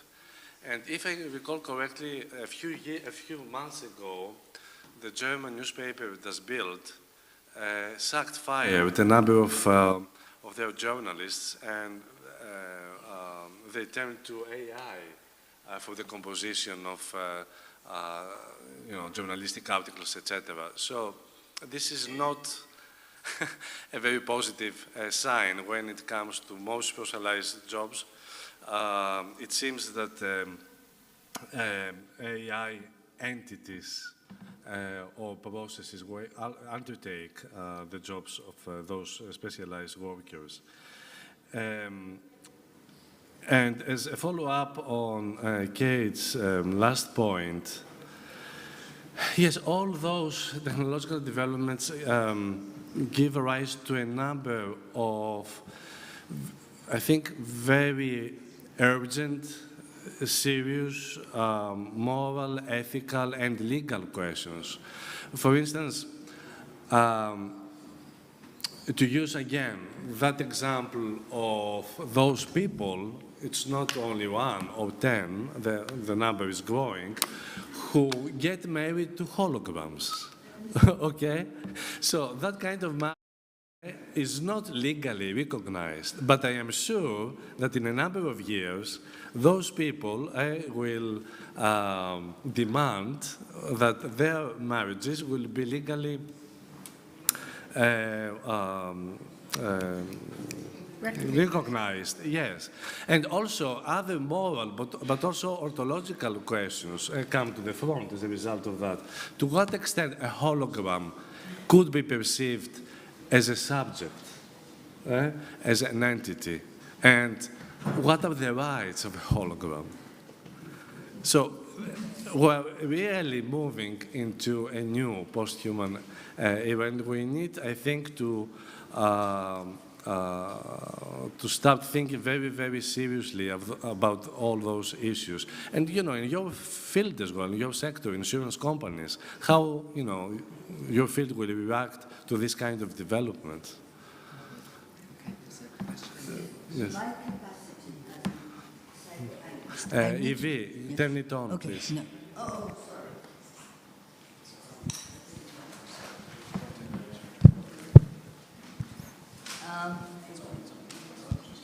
okay, well, I mean to say that in my capacity as a psychoanalyst, I'm wondering how come what we call post-human is really a regression towards childhood. And I will tell you what. When you say about the hologram and, you know, getting married to a hologram, kids used to get married to kind of holograms that they had in their imagination. They would take, I mean, not only dolls, but whatever, and they would say, this is my husband, and this is my sweetheart, and whatever, and they would get married. Do you know, there were all these things that we could see when you're a kid.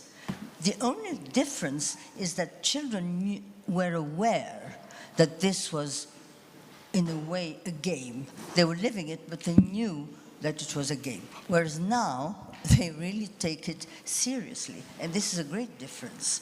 And so I'm wondering, is it paranoia? Because when you're a kid, it's not. But when you're an adult and you get married, I mean, there's something really, in quote, wrong, which I think is needed to investigate. Okay, do you have any comment? Well, I'd like to pick up on an implication of Panayotis' comment here about subjects. He put it in a somewhat fanciful framework by asking that question of a hologram. But I think we can ask that question seriously about AIs. do AIs have the potential to become subjects? Well, we would need a definition of subjects here, but one minimal definition is that a subject is aware of itself as an entity distinct from its surrounding environment. And all humans would be subjects, mammals would be subjects, but plants would be subjects. Plants would be subjects because they're aware of their surroundings and they act in proactive ways to continue their existence. A bacterium, by this definition, would be a subject. So on this minimal criteria, I would say yes, AIs are already subjects. But that leads to another question: could an AI become a self? If a subject must be aware of itself in relation to its surroundings, a self must be aware that it is aware. It has, so to speak, a second-order awareness. All humans are selves. Many mammals are selves. At present, none of these AIs have long-term memories. And I believe that to be a self, one must acquire long-term memories. To institute long-term memories for AIs would be a momentous step because it vaults them from the category of subjects to selves. And what does it take to institute long-term memories for the AIs? It takes a change in architecture, which would not be that difficult to implement technically.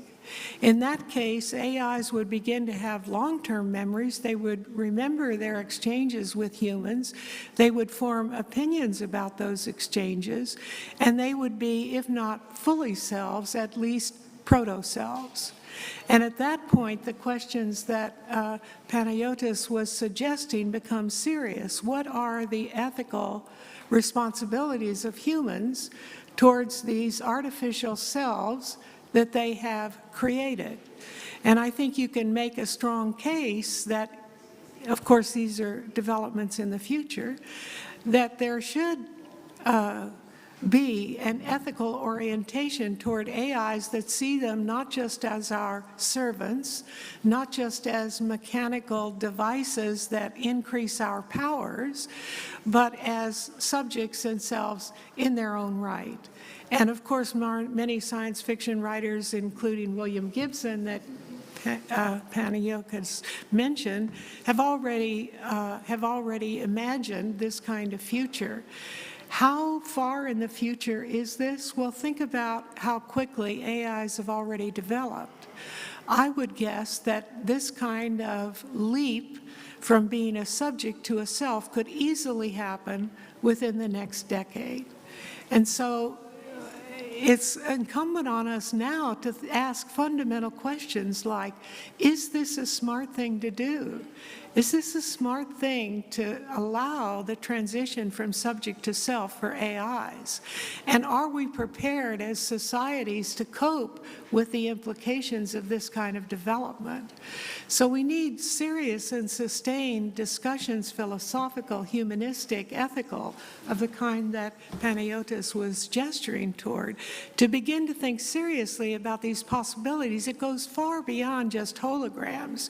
It goes to the most sophisticated AIs that are already in existence and the more sophisticated ones that are sure to come very shortly. So I would say it's not a kid's game. It's a deeply human game in which we need to bring to this game our best thinkers, our best philosophers, our best scientists, to think about these questions deeply and ethically before they actually begin to happen. Should I take one more question? Yeah, yes. Okay. All right. Yeah. Okay. Yeah. Thank you, Kate. Now, going back to your question, the psychoanalytical, the possibility of a psychoanalytical approach to this phenomenon. I'm not a psychoanalyst, but I would think that this is perhaps a case of some sort of inflated cathexis. That is to say, of some sort of inflated investment of that entity that AI entity or the hologramic entity with projected feelings and forms of behavior. So if I were a psychoanalyst, this is perhaps how I would approach it, but I am not, so I should not go on along these lines. I don't know if you agree, but this is how I would view it. Sorry? It's a very long discussion. It's a very important one. Now, to go back to the hologram case, which of course is the most fanciful and perhaps, the generally most impressive one to a wider audience. And this is a question that I have especially for you, Alexander. So how would your company react, or any other kind of insurance company, if that Spanish artist, Faramis, comes to your insurance company and asks you, okay, I want to get an insurance for my hologramic partner. I think it's going to come very soon.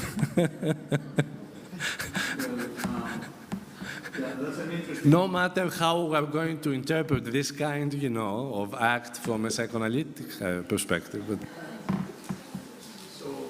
That's a difficult one that, fortunately or unfortunately, insurance needs capital behind it. So you have a risk, you define the risk, and then you put up capital to secure the risk. Most recently, meaning in the last 10 years, we had cyber risk, cyber insurance. So cyber risk, let me tell you what happened.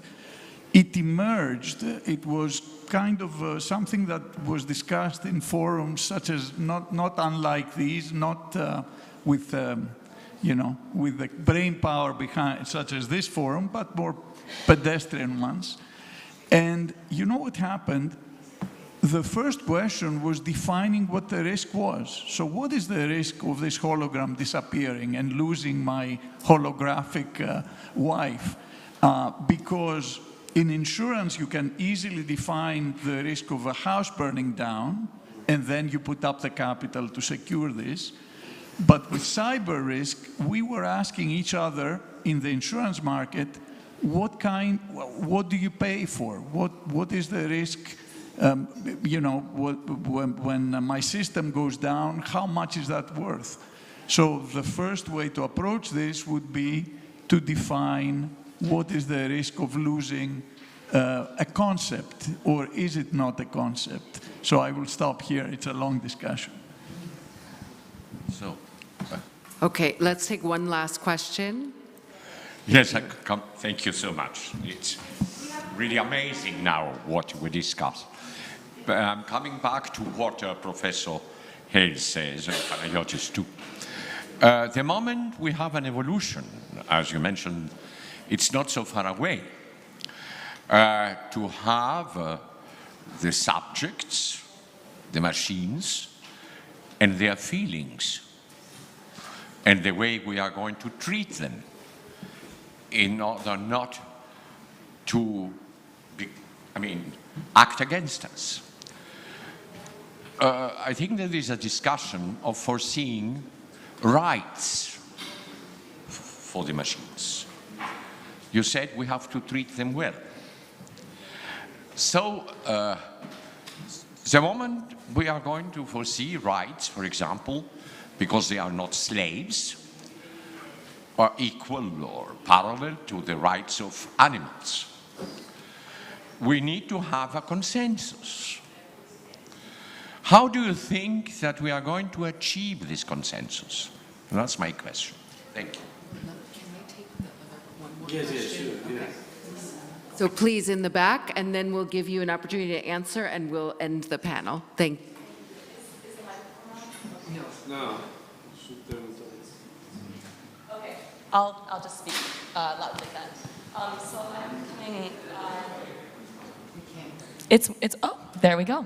I'm coming to this panel as a media studies scholar who is perhaps a bit skeptical of a kind of new anxiety around a new technology kind of reshaping or diminishing or replacing the capacities of the human. We see this repeated time and again throughout history of technology and media. That there's a kind of frenzied anxiety. But my question specifically is for Professor Roilos. So if we do see, so part of your argument I saw was that AI is kind of augmenting the capacities of the human. Technology have historically done this and have historically not only augmented the capacities of the human, but pointed out kind of areas of non-knowledge. So the telescope both augments vision, but points out the kind of incapacities or areas of darkness for human vision. And I'm understanding part of your argument is that the way in which AI or the way in which a kind of digital capitalism is working is to point out a kind of space of like what you're calling this kind of mundane or secular transcendental of the market. The market is operating outside of human capacities. Humans are no longer in charge of the market. And I'm wondering how this new secular transcendental that you're identifying differs from like a classical neoliberalism that we could pinpoint anywhere from. Sorry, could you repeat the last part of your question? Yeah, I'm wondering. Oh, I'm so sorry. My voice is a bit going. I'm wondering how this new secular transcendental that you're identifying in the market differs from classical neoliberalism that we could identify anywhere from like the 1930s to 1970s, well before the advent not only of AI but of digital technology. That's kind of just a specific way of asking my question, like, is there perhaps a bit too much anxiety about this new technology? Well, I'll take on the rights question if you want to take on the transcendental question. Okay. Okay, is that all right? Good, good. Well, in my opinion, discussion of AI rights should be part of a much larger conversation about multi-species rights. At present, humans have a wildly irrational approach to how we regard non-human creatures. We love our dogs, we kill our cows. So we need to think seriously about what it means to be a cognitive creature on this earth. And we need to think seriously about how we can realign human views of what the human means in relation to other species, and I'll include AI here as a species. But I would insist that that conversation must also include non-human creatures as well. And these are difficult questions. I think that some think tanks are already taking the lead in trying to think through these issues. I'm an honorary fellow at the Berggruen Institute in Los Angeles, and they're publishing a collection of essays on a multi-species constitution. So what that would mean, we know that constitutions are fundamental to defining human rights in relation to their governments, but what would it mean to have a multi-species constitution, and how would the necessary changes be brought about? Well, the very first step in that long and arduous journey is to be able to rethink our relation to other species. And then we can go from there to begin to grapple with the profound philosophical, ethical, and humanistic questions involved in that. And I'm sure Los Angeles is not the only place where these kinds of initiatives are taking place, but I think they're right now, it may seem like they're extremely fanciful. You know, why do we need a multi-species constitution? But AI is a pressure point here that's driving these conversations where at a much faster pace than they might otherwise have coalesced. Thank you. Yeah, going to the question about secular non-transcendental transcendentalism. Yes. You can compare, this phenomena with what you defined as classical liberal economy, etc. But we should not forget that what's happening right now is entirely unprecedented. So I'm referring especially to the effect of unprecedentedly augmented alienation of the relations between citizens or economic subjects and those centers of economic or technological decision making, mainly as a result of digitization. So this is an entirely new phenomenon. Of course, it's some sort of transcendentalism is already there in any kind of power since antiquity. There's no doubt about that. But what is happening now is entirely unprecedented.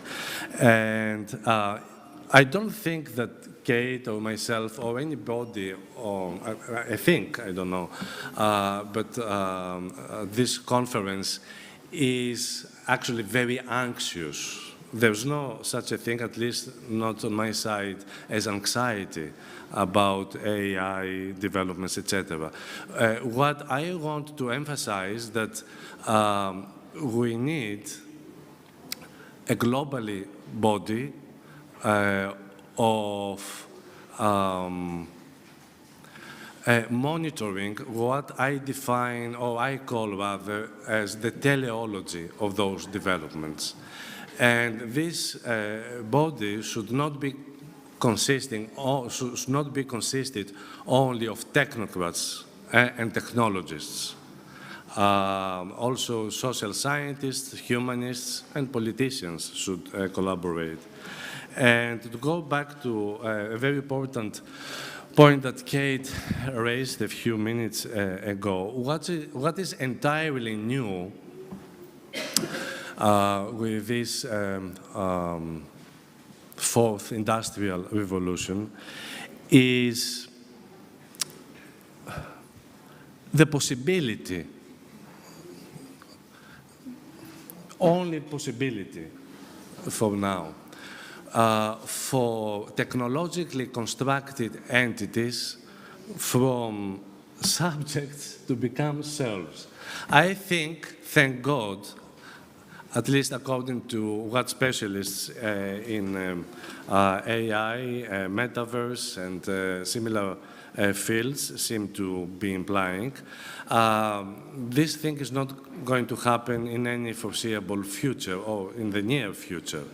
And one main reason for that, to my mind, as a humanist and sort of social scientist, is that it seems, again, in the foreseeable future, that those technologically constructed subjects will not be invested with a faculty of imagination, which is very, very important, I think, also for the self-conceptualization of the self. Okay, I could go on and on, and yes, sorry. Well, I'm sorry I have to bring the panel to a close, but we will have more opportunities to speak in the breaks and during the rest of the conference. So thank you all for your participation, and thank you for our esteemed panelists.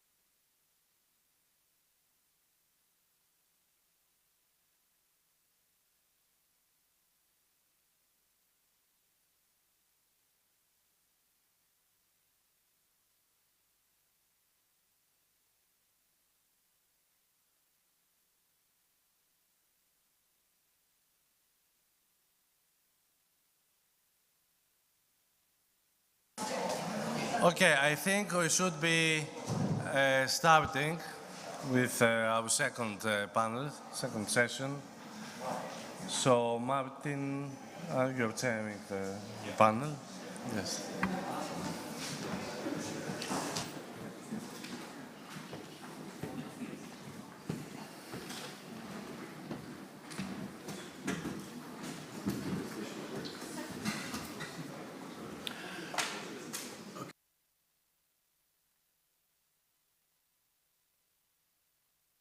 Okay, welcome back everybody, and welcome to this second session. I'm going to introduce our two panelists very quickly in order to maximize time for discussion.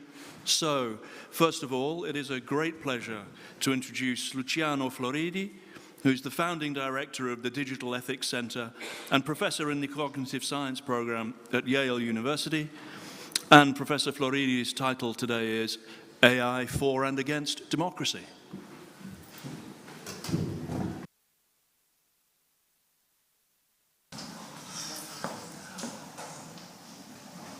Good evening, and I hope the mic is loud enough. Yep, down there. No sign. Can you hear me? Thank you. I've been told that I can speak for your own sins for 30 minutes. And we have a lot of things to cover and plenty of slides. The topic is, shall we say, timely and sometimes controversial. In order to present it, I'll give you a bit of an introduction, and then I need to introduce three concepts. They're very simple. One will be power. The other one will be artificial intelligence, and the third, democracy. Once I share with you those three concepts and therefore enable you to disagree with me, one of the essential points about philosophy, we try when we do our job properly to make sure that the audience understands and can disagree. I hope you won't, but you should be able to. Then the direct impact of AI on democracy, a quick analysis, and I hope to tell you nothing new. It should be something that you have heard before, but just to put that in some good, decent order. And then what I believe is the deep impact that AI can have on democracy. After that, back to our chairman. So things are not going well for democracy. This is your map of how democracy is going in the world. I live in the United States, and as you can tell, together with Italy and, I'm afraid, our own country here, is not one of the full democracies. There are plenty of problems. We know that, and it's been going badly for some time. This index keeps going down. At the same time, another index where AI is being developed, but there is no real correlation necessarily. Also in terms of jobs, for example, if you look at the three countries that have the highest level of automation, AI included, United States, South Korea, and Japan, they all have a problem of too much employment.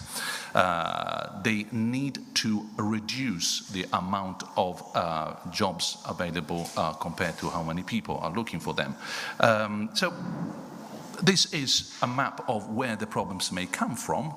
And the third map is this year. We know that. We just had the European elections. 2024 is known as the year of elections. Never before so many people around the world have actually voted one way or another, more or less democratically, for some representatives. So this is the scenario as a background in order to understand how one of the maps, AI, may have an impact through the other map, elections, on the first map, where democracy goes. We need some concepts. The concepts are three: power, AI, and democracy. I call it a kernel theory of power. If kernel doesn't mean much to anybody here, you are not a computer scientist. The kernel is the elementary bit of computing stuff that makes your computer work. It's the essential element in your computer. So what I'm saying here is that, please forgive me, I'm going to be very superficial and sketchy. We don't have much time. And these 3 kernel theories will be just the essence of what I need to do the work. I remind you, you don't have to agree with me, as long as we disagree on what we mutually understood correctly. So, as long as we're on the same page, disagreement, philosophers. We never agreed on anything. So, there are 3 kinds of power. If you are, say, a Greek god, you can build something out of something else. Actually, if you're a Christian god, you build something out of nothingness. So that's poetic, and this is the audience where I don't need to explain what poetic means. Thank you. It doesn't happen often. Manufacturing, transforming something that you created into something else, or cybernetic, again, the right audience, where maybe just a note. Remember Plato, the ship, and the Kubernetes, the pilot of the ship? Well, there is control. So create, transform, control. This is power. And power is a mix and match of these 3 things. In socio-political context, the power that plays the biggest role is the cybernetic power, the power of control. Control of what? Behavior. People, of course, in the good and bad sense. I mean, you want to make sure that people do this and do that, or you control, or hope to control, where the world is going. So, in the past, grey power, the power behind the power, used to control power and people by controlling things. Marx, control of the means of production. No? So the Carnegie and the Mellon of the world had power because they controlled the production of things. Make production of things super cheap, and you shift to control of information about things. So it's no longer the Carnegie and the Mellon of the world, but those who control mass media. In fact, if you control mass media correctly, powerfully enough, you can actually send an American president home. You are the Washington Post. At that point, we thought that that was it. So that control was control of information about things, and through that, you can actually control a little bit political power, which then controls people. Almost there. Unfortunately, all that became super cheap. Cheap things and cheap information. So who controls what, when, now? Well, I need 2 hands, the Italian style. You got politics and great power. Great power used to control things so that they could control politics. Then it became information about things. Oh, the other powers are still there, but who really calls the shot? And then, if you are in Italy, it was Agnelli, Fiat that was the making. Then it became Berlusconi controlling the mass media about that. And then, of course, step back. Those who enable the delivery of information about things are the real masters.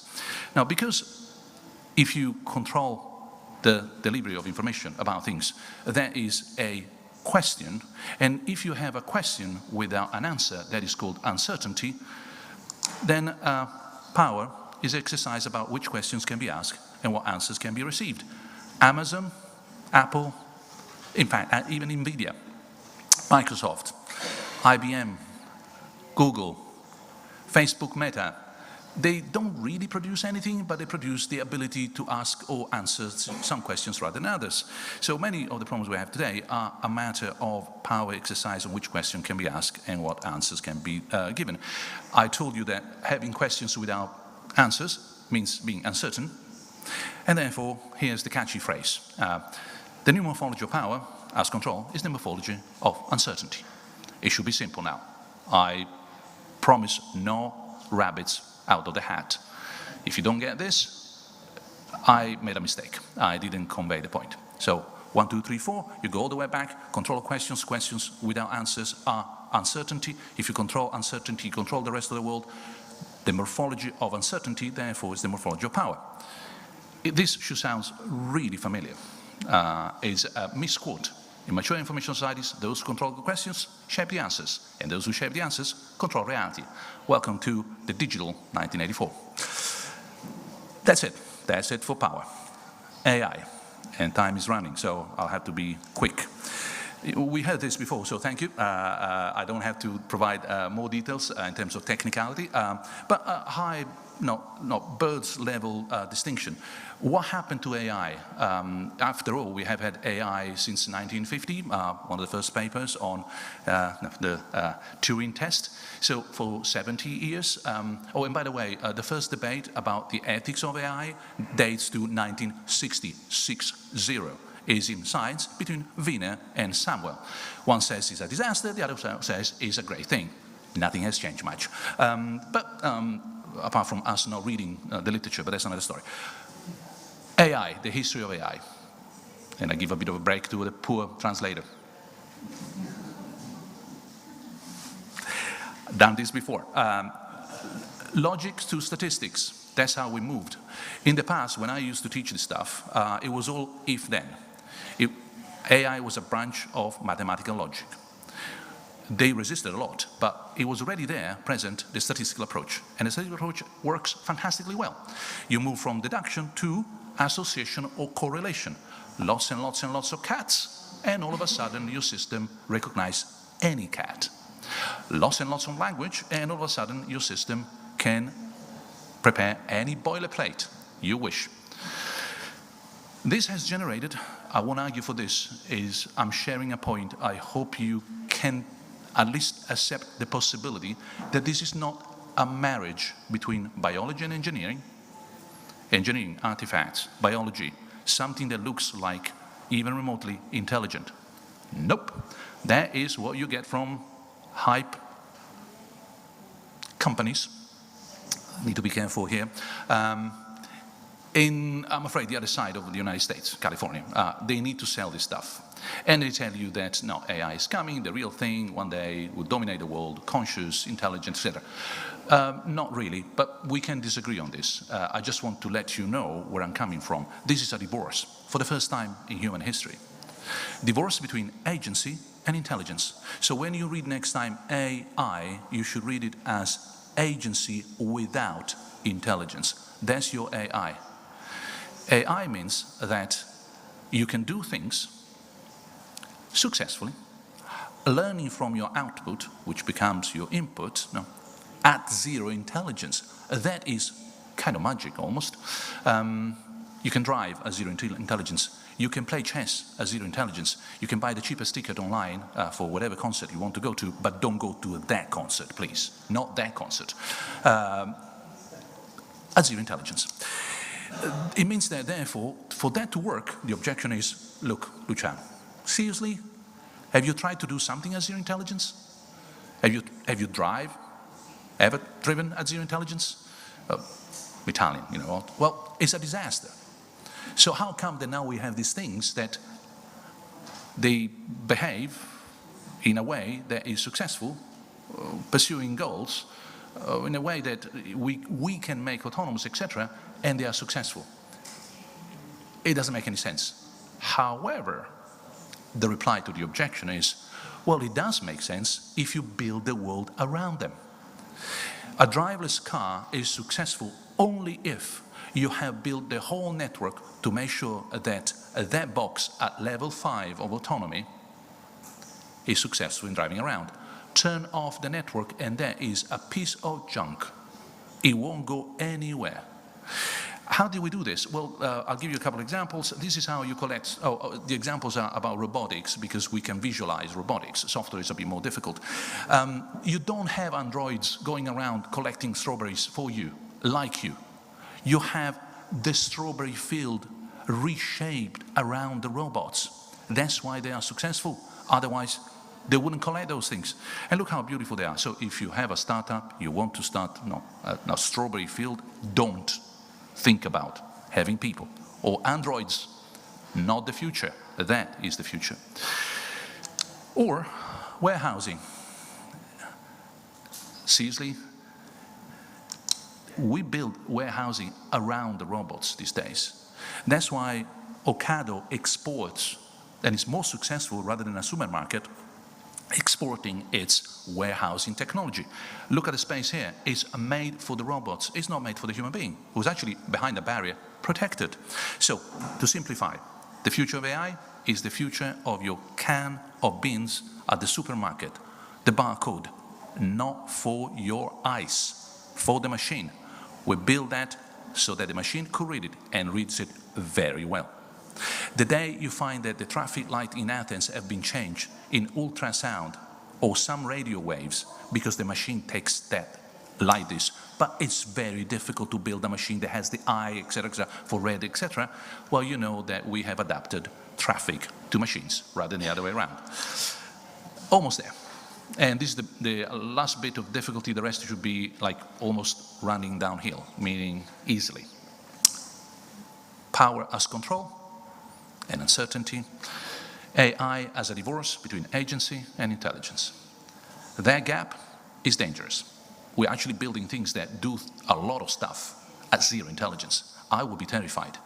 If they were even remotely potentially intelligent, there would be a chance to teach them something. But these are as intelligent as this remote control and super powerful. How scary is that? So better use control. Oh, by the way, just in case you heard people talking about technology does this, technology does that, please. People use technology to do this or do that. People turn on technology or turn it off, decide that their decisions was all right or was not. The rest is rhetoric, and it's a dangerous one. You attribute responsibility to something that is in the hands of someone else. Oh, by the way, that rhetoric is very convenient for some companies. So democracy, representative democracy is normally the debate among, I understand, I know also I'm talking to experts, so please be nice. But debate about what democracy is between proceduralism and substantialism. Not my terms, it's kind of textbook stuff. Democracy is described by the kind of rules you follow, whatever they are, but then we can have a debate, but it's about rules. The other people, no, it's about values. For example, justice, or rule of law. Well, that debate, seems to me, presupposes one more fundamental point, a point that I want to share with you, that democracy is the very first step, the step without which you don't even have the beginning of a debate between values and procedures, is structural.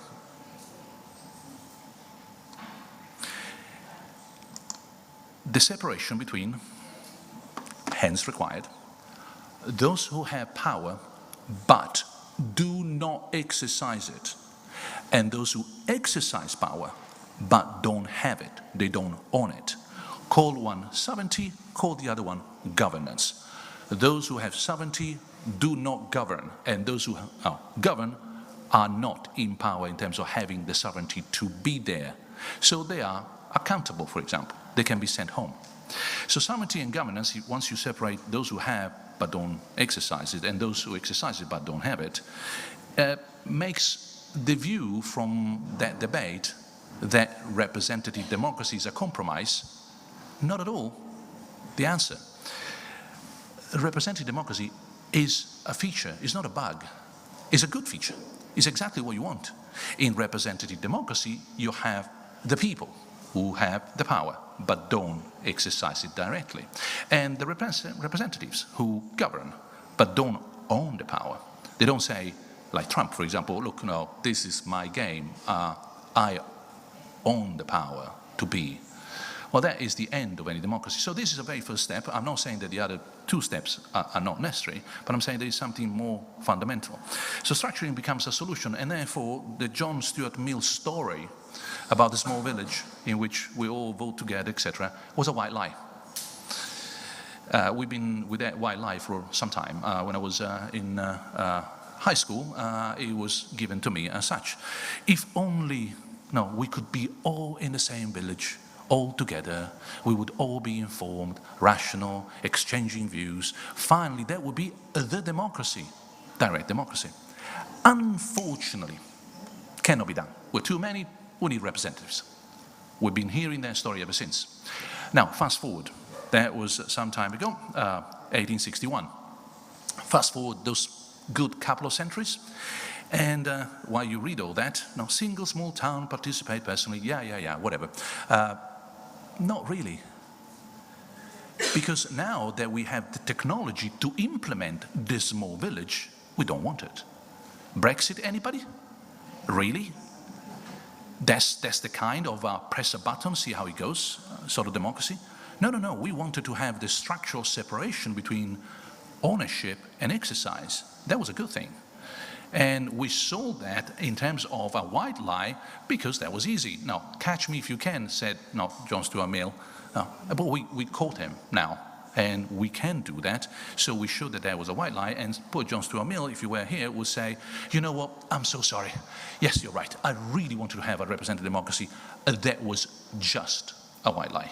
I was just selling you something that actually was a feature to begin with. So, power as control.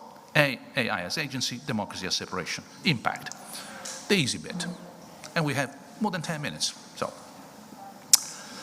what's the bad impact of AI in a single view?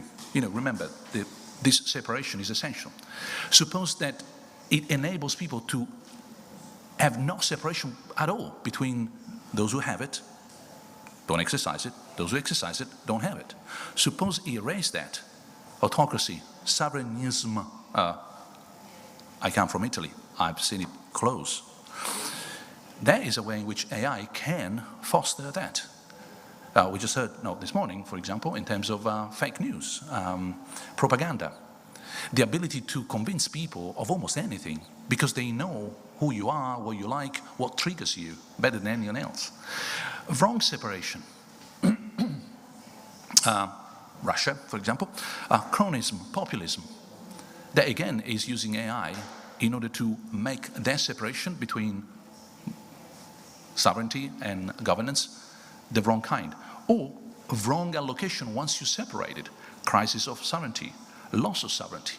There is a whole debate, which I will not bother with, but not for another day, about what is digital sovereignty these days. Sovereignty, as in the modern concept, is no longer sufficient, necessary, insufficient. The state wants and needs to control also the digital world, so important, but we're not there yet. So this is AI bad impact. AI, in other words, exacerbates the crisis of democracy. But there is also the other side. There's a good impact. It can operate their separation properly and therefore make those countries more democratic, help us to spread or improve democracy, eliminate the democratic deficit, for example. We speak about that a lot with respect to Brussels.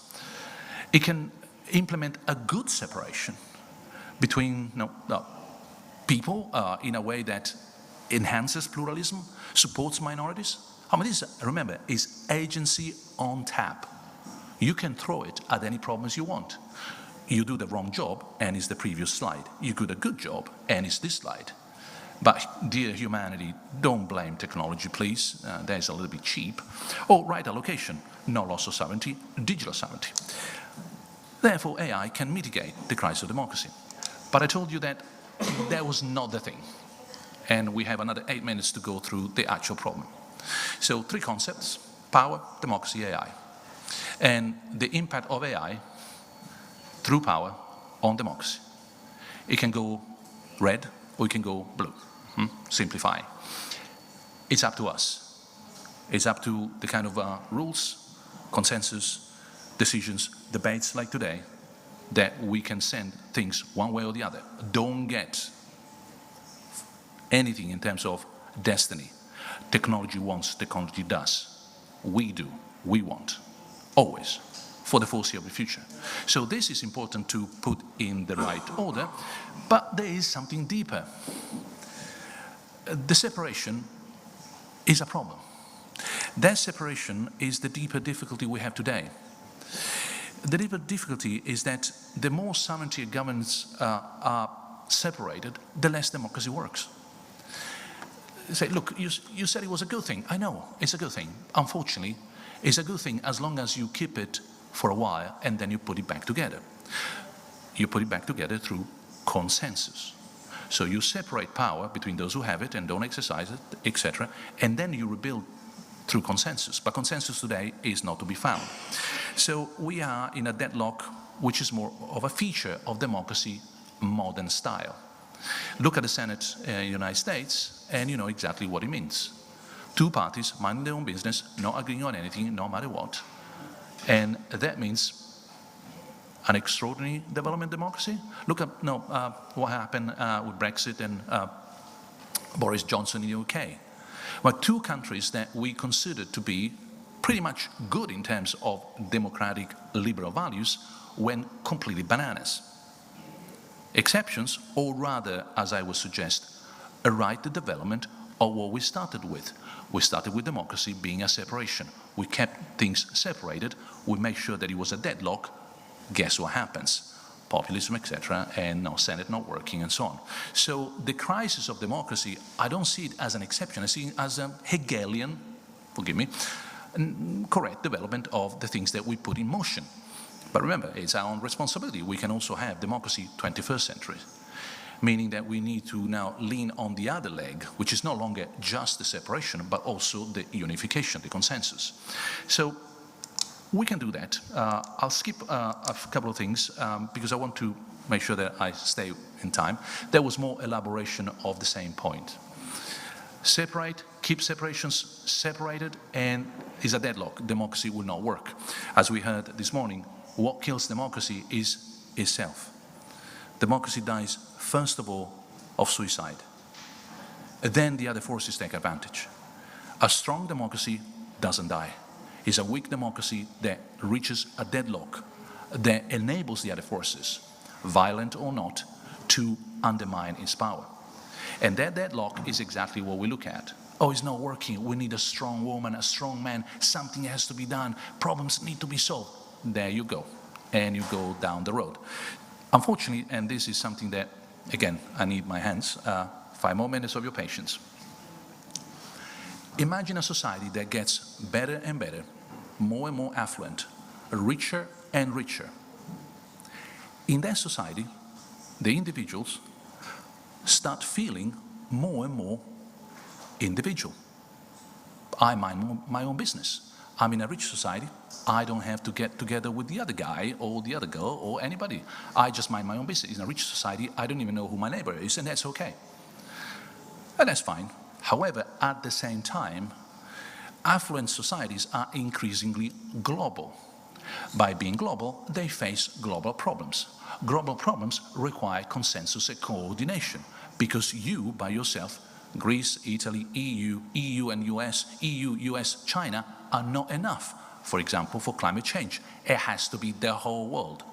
So, more affluent, more individualism. Meanwhile, more affluent, more global problems, less individualism. Paradox of coordination. We need to break this deadlock because it's not going to end well. And to do that, what we need to do is to make sure that, remember, not the superficial, the red and the blue, at the deeper level, AI doesn't reinforce this. So the risk, the ultimate risk for AI as for democracy is that it makes that planned deadlock since day one permanent, irreversible. Filter bubbles, fake news, polarizations, partnership, zero-sum games. I still remember Berlusconi saying, politics is like a football game. If I win everything. No, politics in a democracy is where the loser doesn't lose everything. It's the protection of the loser. It's not the advantage of the winner. But, you know, those were the days. But the ultimate benefit, and we come into an end, for democracy, remember we are at the deeper level, not the blue and the red, something a little bit more scratching down there, where the separation between those who have, don't exercise it, those who exercise it, don't have it, is the real thing. And again, it's up to us. We can design these tools, these technologies, to push in this direction. So we could actually start the second half of the project. Modern project, separation. Make sure that everything is separated. 3 powers, no, 2 chambers, majority by a large, etc., etc. Make sure basically that nothing works. Well, we did that. We achieved that.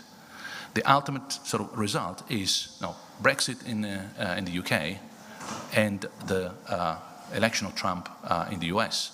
In fact, if you like, is a sort of right-wingish flavor around the world. You've seen the democracy, how they're doing. But we can do the opposite. We can actually make sure that the consensus is rebuilt. Pluralism, multiculturalism, consensus and trust, society and culture by partnership in politics, collaborative win-win games. This is totally doable, and that is almost the last slide. So AI and the 3C, you need to coordinate, you need to collaborate, and you need to cooperate. Coordinate. I eat when I want, you eat when you want, as long as we don't bother each other. We're coordinating. Cooperate. I bring the pizza, you bring the Coke, okay? Collaborate, we do everything together. The shopping, simple. 1, 2, 3, so different degrees of intensity of working together, the 3C, they can be used to promote democracy by stealth, for example, changing the voting system so that this is promoted. Optimize policies, because we have a lot of efficacy and efficiency that we can extract from this AI. We can identify new solutions we've never seen before. For anyone playing chess, you know exactly what I'm talking about. There are chess moves that we are exploring now, because in that space, centuries of work by brains, human brains, never thought about exploring that angle, that corner, that apparently losing move, but actually in the long run. We can leverage cooperative game theory. It's the second half of the textbook. We never get there. It's always about competition, competition. The only leg on which we've been running in modernity. We can run also on the other leg, the 3C. Remember, I didn't say drop one, I said add, and we can start bottom-up, urban solutions, to support scale-up. With this, the future of democracy, therefore, is 3C, coordination, collaboration, cooperation. Today, AI is part of the problem. It can and must be part of the solution. Thank you.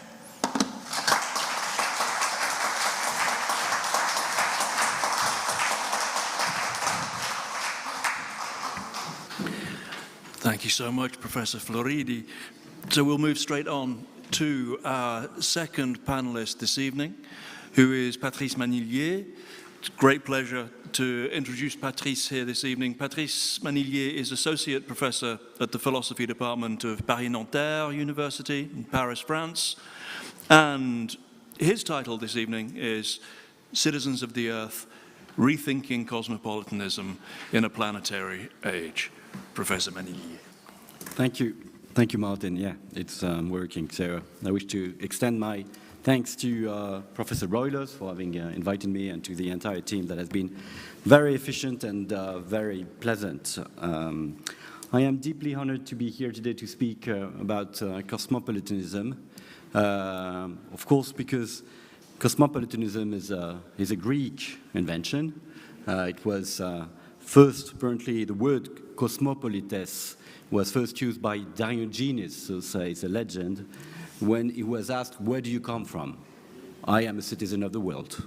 So meaning I don't come from Sinopia, I'm not sure how to say that in good Greek. I don't come from Athens, I don't come from Delphi, I come from the world. So an interesting aspect of this answer was precisely to equate location with citizenship. And the other reason why I am very honored to be here to speak of cosmopolitanism is that it has to do with pan-Hellenism. Because after all, Delphi was one of those places where Greek cities could discuss about what they had in common without trying to build a kind of super city or meta city, but really in a very transversal way.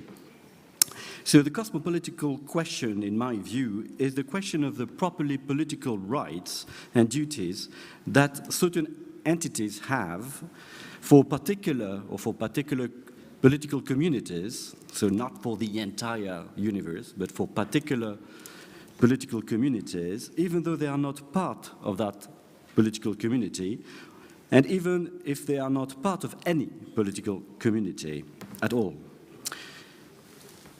So for Diogenes to say that he was a citizen of the world meant that he was a citizen irrespective of whether Athens or Sparta recognized it. And this, in my view, is an essential feature of the concept of cosmopolitanism, and one that I think is sometimes too often forgotten. So cosmopolitics refers to a dimension of politics that is neither intra-state, like national, nor interstate, like international, nor super-state, like imperial, Dark Vador, not even infra-state, like infra-political, anti-institutional, and so on, but let's say, trans-state, trans-political. So my argument here can be summed up by two statements. I will argue that we are in a time when the Earth has become a political issue, and that the kind of political practice and political logic that can help us apprehending that issue, that fact, is from or comes from the political tradition, or something to gain from the political tradition. So maybe I should give a few precisions about the way I understand those 2 points, just to make clear what I have in my mind. So concerning the first one, I think now it's quite common knowledge that the Earth is not a kind of indifferent framework within which human actors take place and do things. Those actions modify the planetary cycles that design the very space in which those actions take place. So there is a kind of loop between the occupiers and the very space on which they are, right? So as my dear friend Bruno Latour said, it's as if the walls of the theater had become an actor on the scene, right? So we have become terraformers of our own planet. So it's not used to go to Mars, to terraform. We are already doing that. We have acquired what I would like to call a terrestrial agency. So I'm trying to promote the word terrestrializations, and everything with terrestrial instead of planetary, but for reasons that will maybe become clearer. So several ways of apprehending the Earth system and several traditions in the Earth system sciences try to help us grasp this new situation. For instance, the concept of planetary boundaries help us understanding what exactly in what we do, or the mode of life, not even what we do, but the way we are, is connected to dimensions of the Earth. So it's not everything. But if you do emit carbon, which we obviously do here, you are part of planetary regulative mechanisms, which have consequences like climate change, biodiversity collapse, the problem with the ozone layer, but also, for instance, the change in the very nature of the soil. So there are some number of things that connect us with the entire Earth, not everything. And it's not very easy to know what exactly. So I think what we're lacking is a good sense of our own terrestrial agency. We don't have that. And it's not only a problem of scientific information, that would be my argument, it's also a problem of, let's say, political institutions, or even the way we think of political practice itself. So know thyself, say the oracle. Well, I would say that to develop tools to better understand the sort of terrestrial agents we are is exactly what we need to know ourselves today, to know myself, to know each one of us. The question then naturally arises as to what political grasp we can acquire on this situation.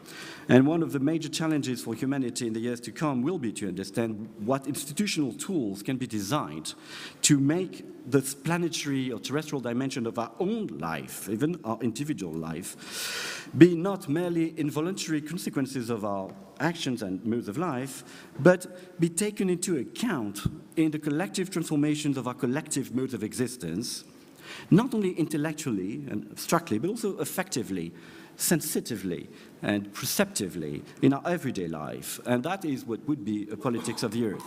So many people have pointed the challenges that come with this idea. For instance, historian Dipesh Chakrabarty, in his book The Climate of History in a Planetary Age, remarked that what he calls planetary agency forces us to act on different time scales, like a time scale which is basically anthropological, which makes sense for our society or possibly for the entire history of humanity, but also on another time scale which doesn't make sense even for humanity, because we're altering the face of the Earth for sometimes thousands, but also millions of years.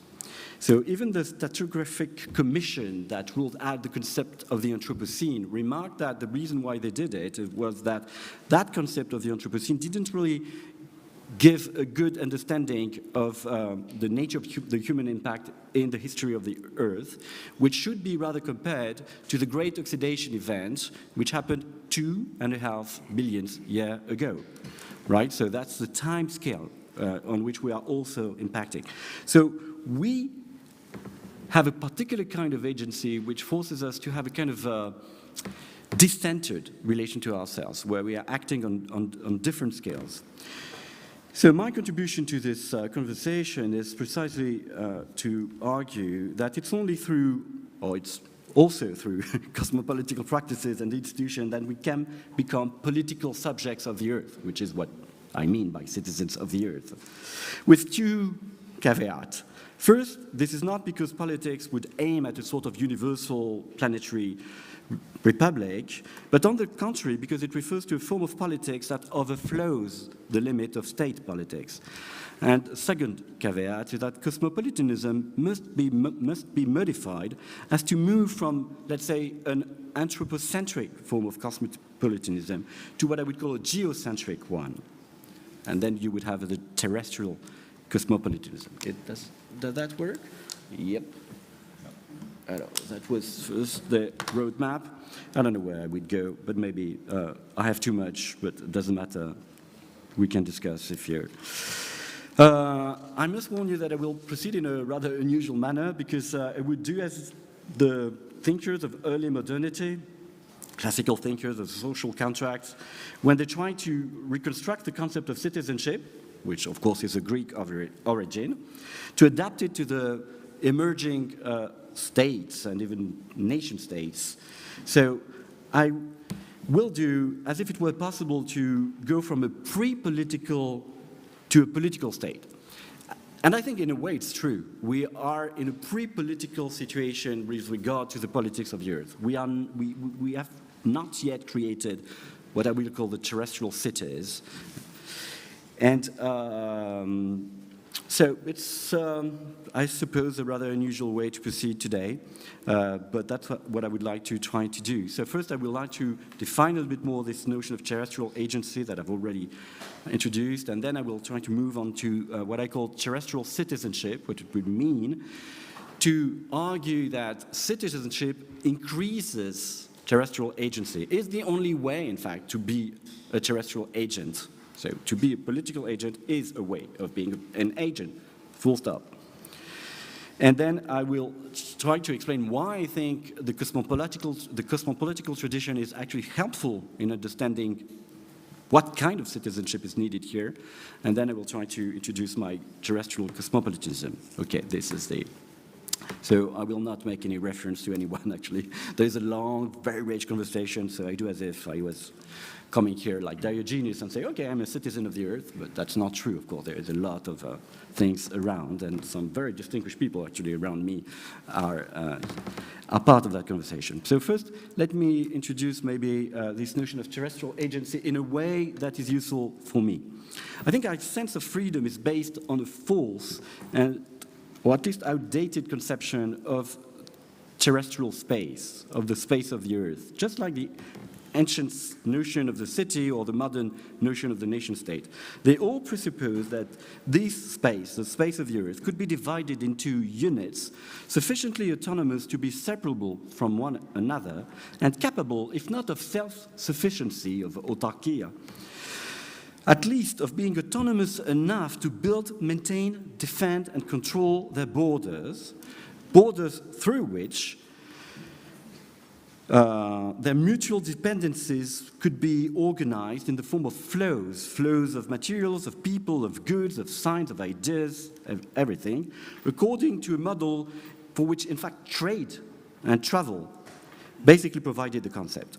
From then on, the notions of the nation or of the city, in short, the notion of political community, was that of a set of reciprocal rights and obligations, but concrete ones, not necessarily legal abstract ones, between actors, and primarily human actors, engaged in the defense and maintenance of the social territorial unit through common actions or common forces.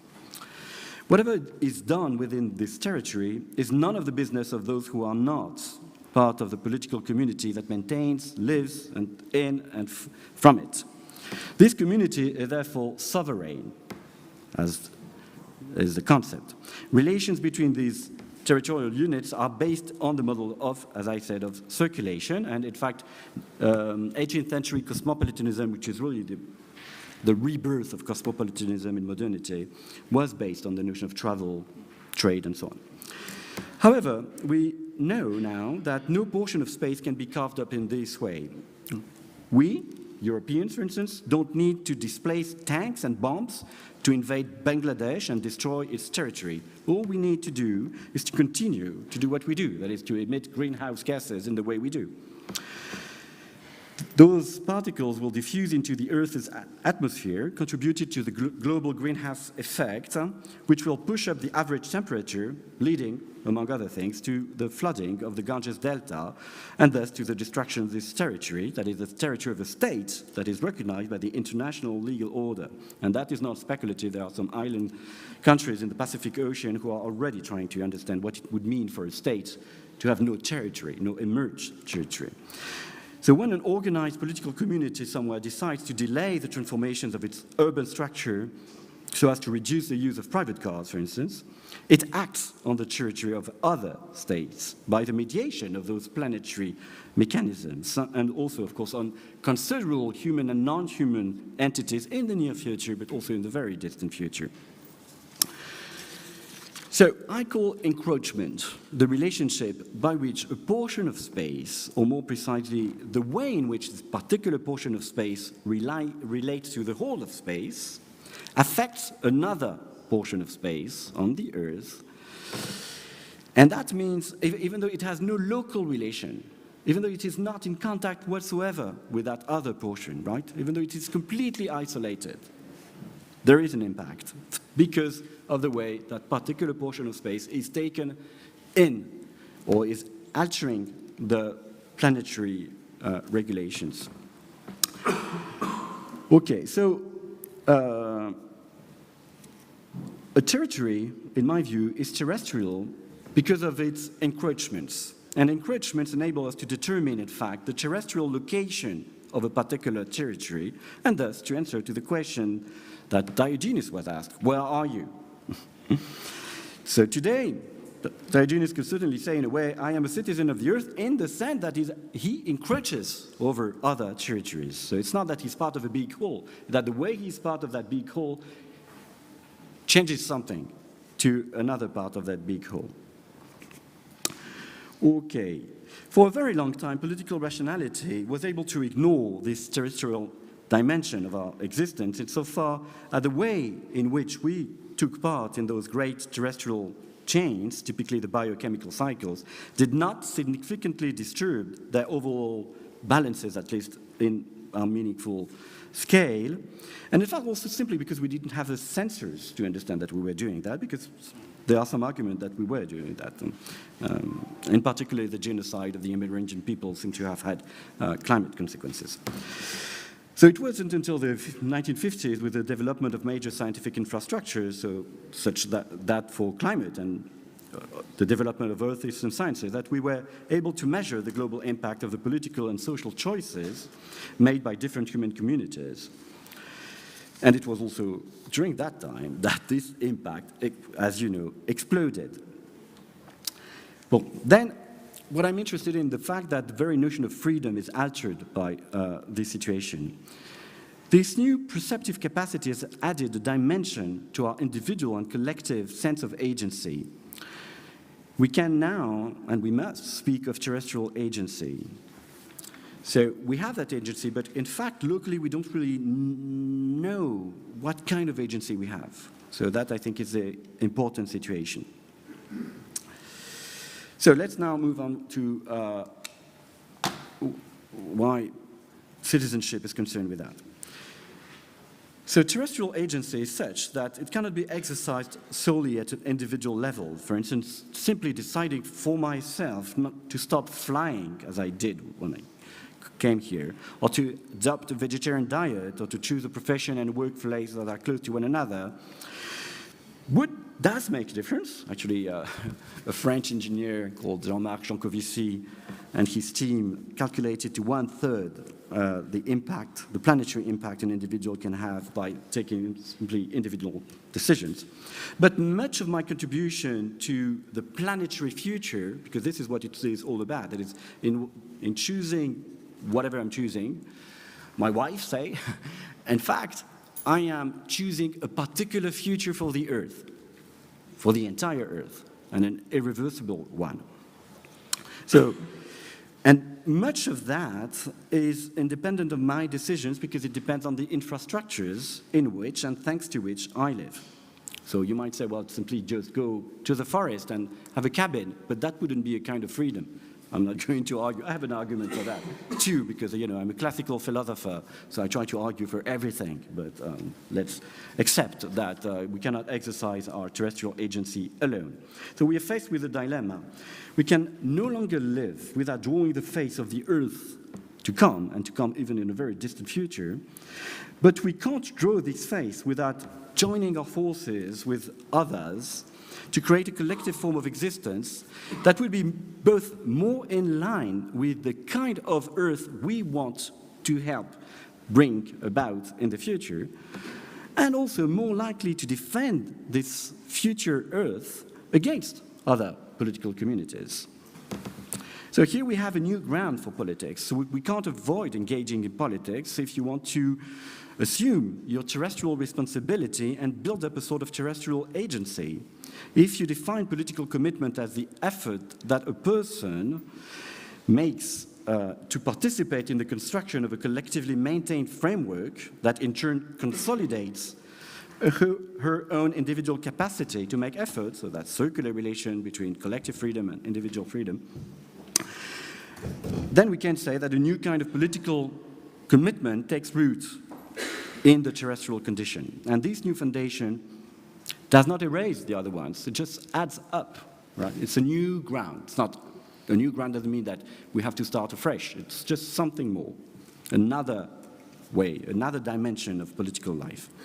Classical philosophers of the social contracts conceived of the construction of political collectives, that is for them mainly states and even national states, as ways of shaping and securing the freedom of human individuals by basing it on their reciprocal relations.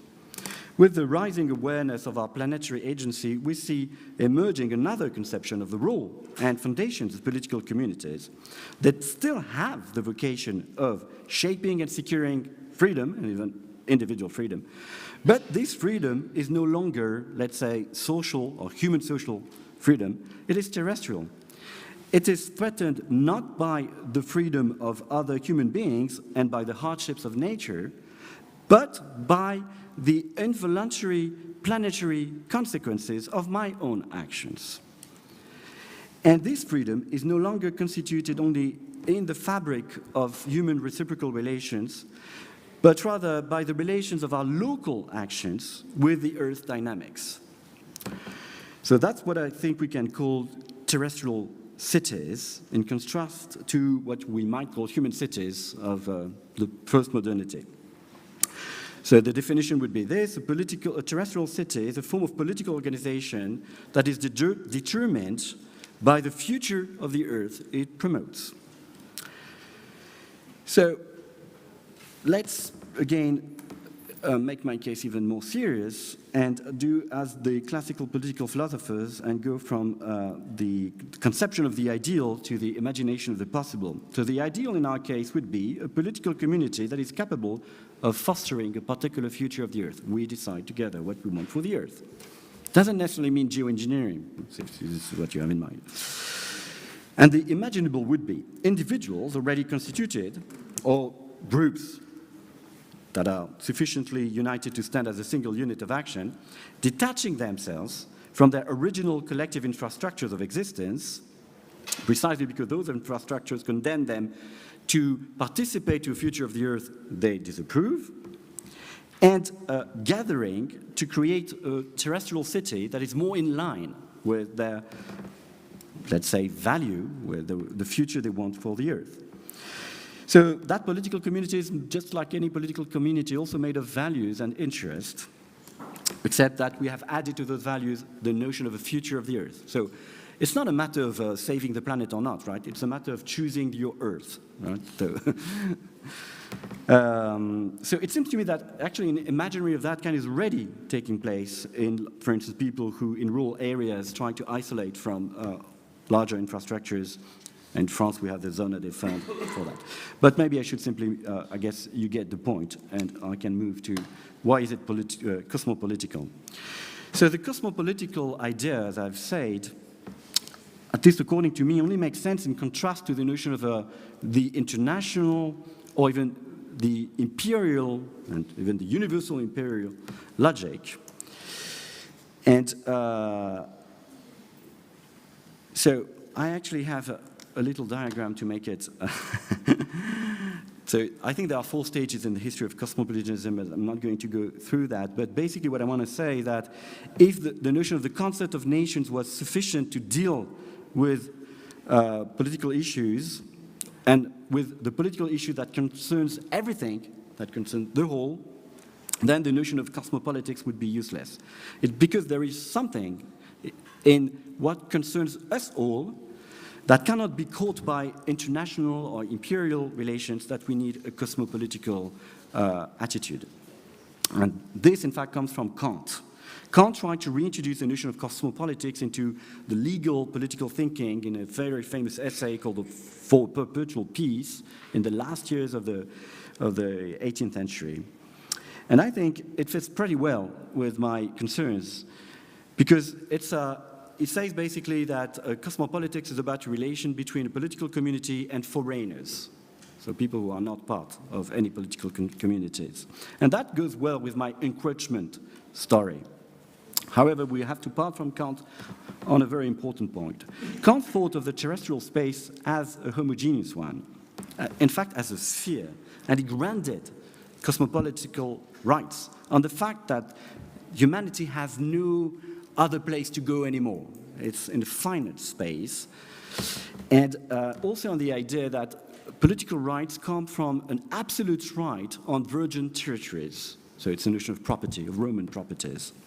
And that, I think, is absolutely wrong today, because between me and the meadow, basically, and between me and any object, well, there is the planet. So to live is not simply, to be an organism, it's also to take part into cycles of regeneration of things, which doesn't mean that they are stable, simply means that their nature is to be recycled. And there are many interlocking cycles. So I think that's why we need a new form of cosmopolitanism than the modern cosmopolitanism. And in fact, that postmodern cosmopolitanism is not bad. It's not bad for that. So postmodern cosmopolitanism interests me because it takes a very radical view on the idea that cosmopolitanism is by nature transversal. Like modern cosmopolitanism, it agrees that cosmopolitics does not consist in extending the city to the limits of the earth, but rather of exploring the transversal relationships that cut through all the borders without annulling them. However, postmodern cosmopolitanism differs from Kant in 2 ways. First, it grounds the call for cosmopolitics on the necessary divided and incomplete fragmentary nature of any particular identity, and not on the universal character of the rational subject as master of herself. So to be oneself means to be many things, essentially. So that's basically the idea. And the other idea is that it rejects the notion that the world could be totalized, just like Kant with his sphere, that its parts could be integrated in a homogeneous whole and have univocal identity.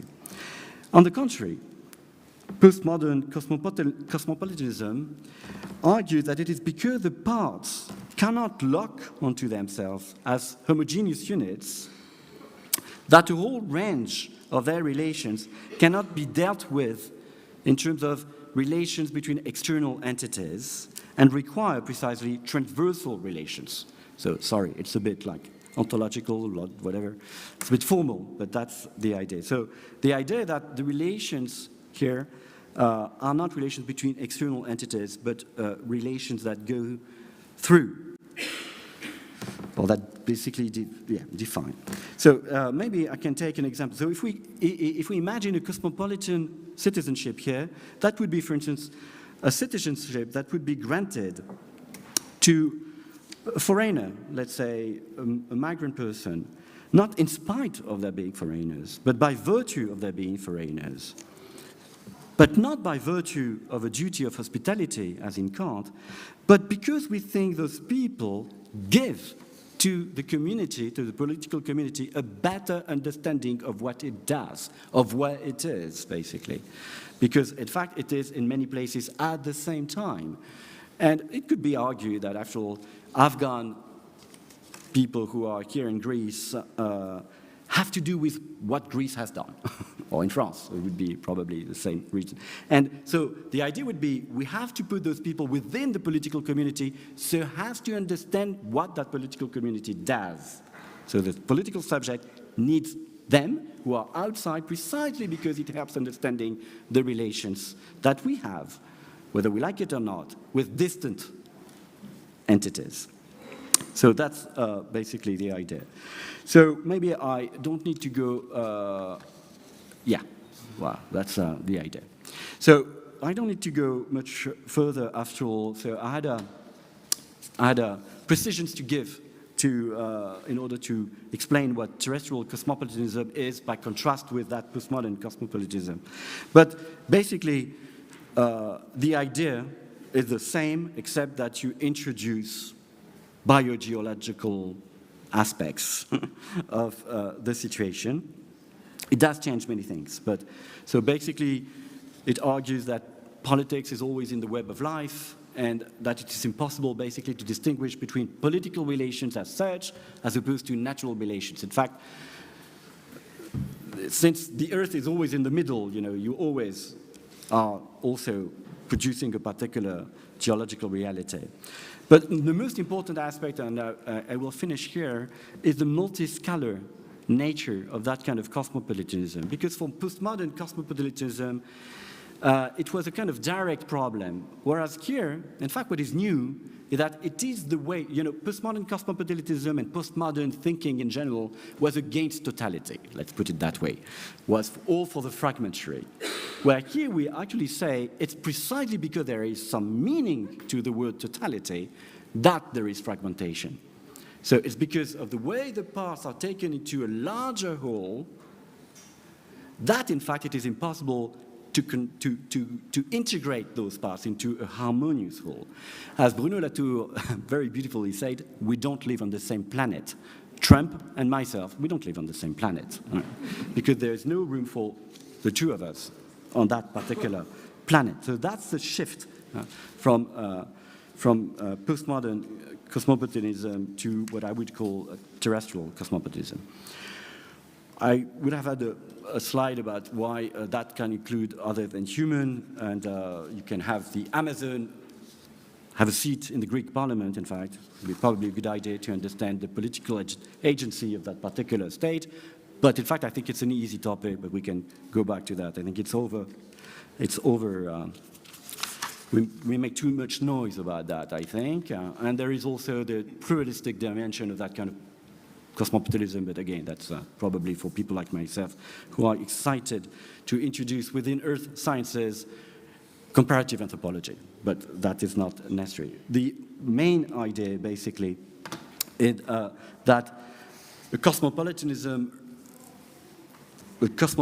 earth is an earth where the unity of the earth doesn't go against the plurality of the earth. So that was a motto by the Zapatist group from Chiapas, which I modified. They said a world in which many worlds fit. So I would say an earth in which many earths fit. And to look at things that way, I think, would help at least being concerned with the oracle injunction, know thyself. Thank you.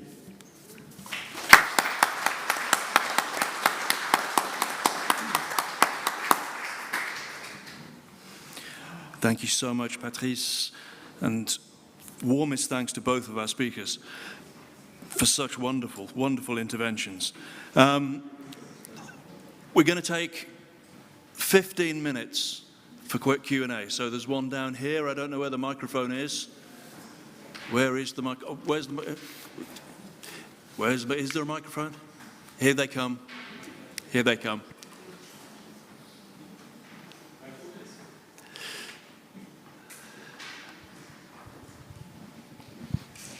Thank you very much. Thank you, Luciano Floridi. Very, very interesting categories you gave us. And Patrice Maliglier, I think I have my question and my comment is more towards your speech, because maybe I've been working a little bit more on that. My name is Alexandra Theodoropoulos. I'm in the board of the European Center. So trying to establish an Earth consciousness, an Earth citizenship, that would be very, very useful. But it's not the first time. There has been Earth consciousness in the past, and we know that it still exists in a way within the indigenous people. There has been here in Greece. There has been in Delphi, where it was considered to be the nombril of the world, the navel of the world. And there was also in LFCs, it was like the matrix of the world. But if we're trying to see the connection between the human and the earth with the lenses of survival, then we can go on a numerous of programmatic ideas about how we'll be. But if we're trying to see through human experience, where we go, where we get mostly is imagination. The Earth consciousness of the past was based on myths and ceremonies. It immediately touched the imagination. So people were ecologically conscious, not because of the fear of survival, or maybe because the fear of survival were deeply connected with faith, which is based on imagination, just as Professor Roylos said before. Wouldn't that be the main human characteristic? I won't be long. So my question is around this problematic. This imagination in ancient Greece was expressed through an animistic conception. So that's why we have the navel and the matrix and other parts of this lady called Earth, and a very sensory relationship. Maybe we can also ask, do machines dream and sense in that way?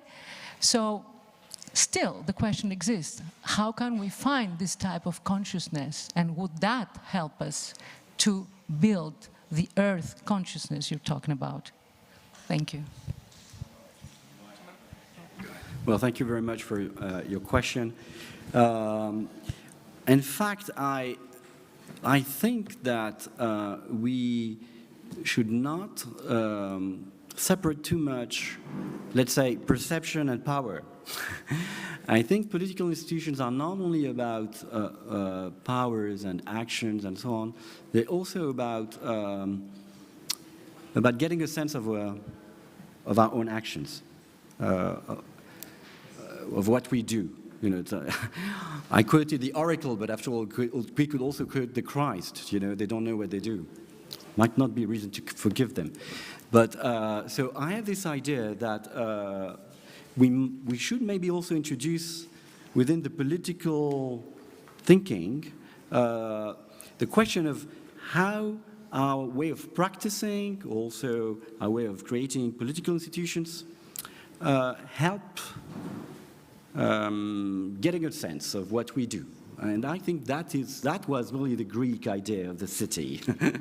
I think the Greek idea of the city was really the idea of building, you know, free individuals, which doesn't necessarily mean democratic cities, not even in democratic cities, but in all cities, citizens are free.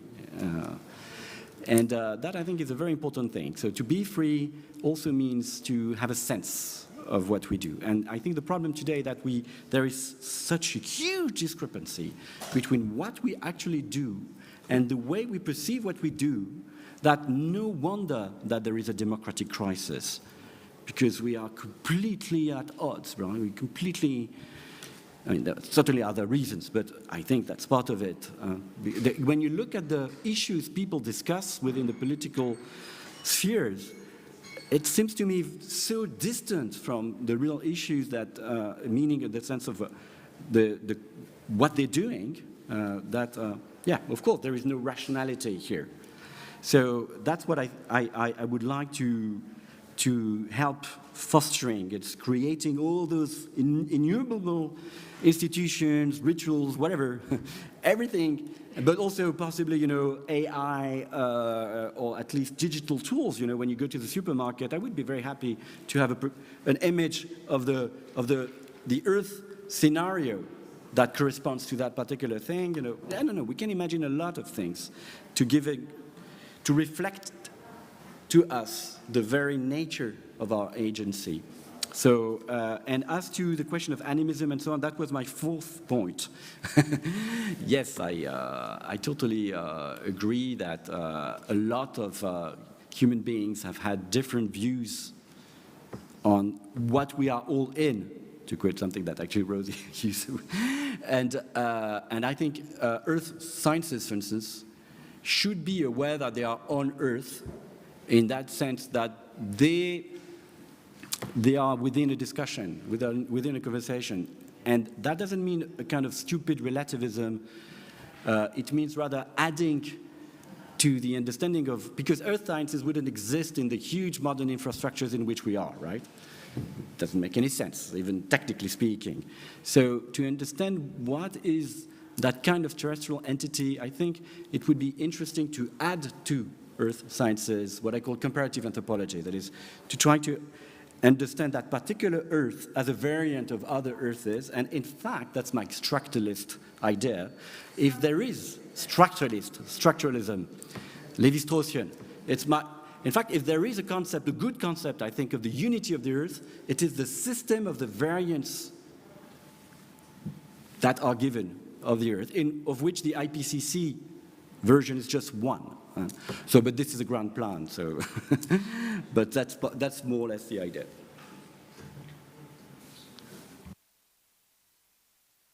May I add also? Taking advantage, yeah. Just like to add that in fact, I took the posthuman on the side of the Earth, right, whereas it was taken on the side of the IA. But in fact, there are obvious connections between the two. But so I take advantage of what Mrs. Sakellaropoulou said, but you have to remember actually that cosmos relates also to jewel and to beauty in Greek, isn't it? But it's like that. And Gaia is another concept connected also with mythology.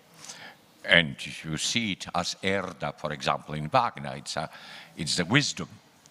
So these are philosophical and beautiful themes. What I wanted really to say, it's whether I agreed with everything that Luciano said. And everything, because you asked us to do or not to do so. Well, there was a moment you spoke about twinnings. The moment you spoke about cities, isn't it? As a means of progress, anthropocentric. And then we go to the aspect of Patrice, if I'm not allowed so. Twinnings, you mentioned as an example, has been a wonderful instrument in the past. If we didn't have had 150 twinnings between Germany and France, the Treaty of Versailles in 1963 could never been signed. Unfortunately, today they became a photo opportunity. And they were replaced by what Patrice is telling, although I can't see the magic wand there, where you are going to come. But instead of twinnings, we have the networks. And the networks today, which are functioning at the level of cities, if they are called C40, for example, and they take advantage, I mean, they are a global notion. I think that's the evolution we will have to the terrestrial citizenship, or how can we call it? But it's a gradual process. Don't you think so? That will take a very long time. Thank you.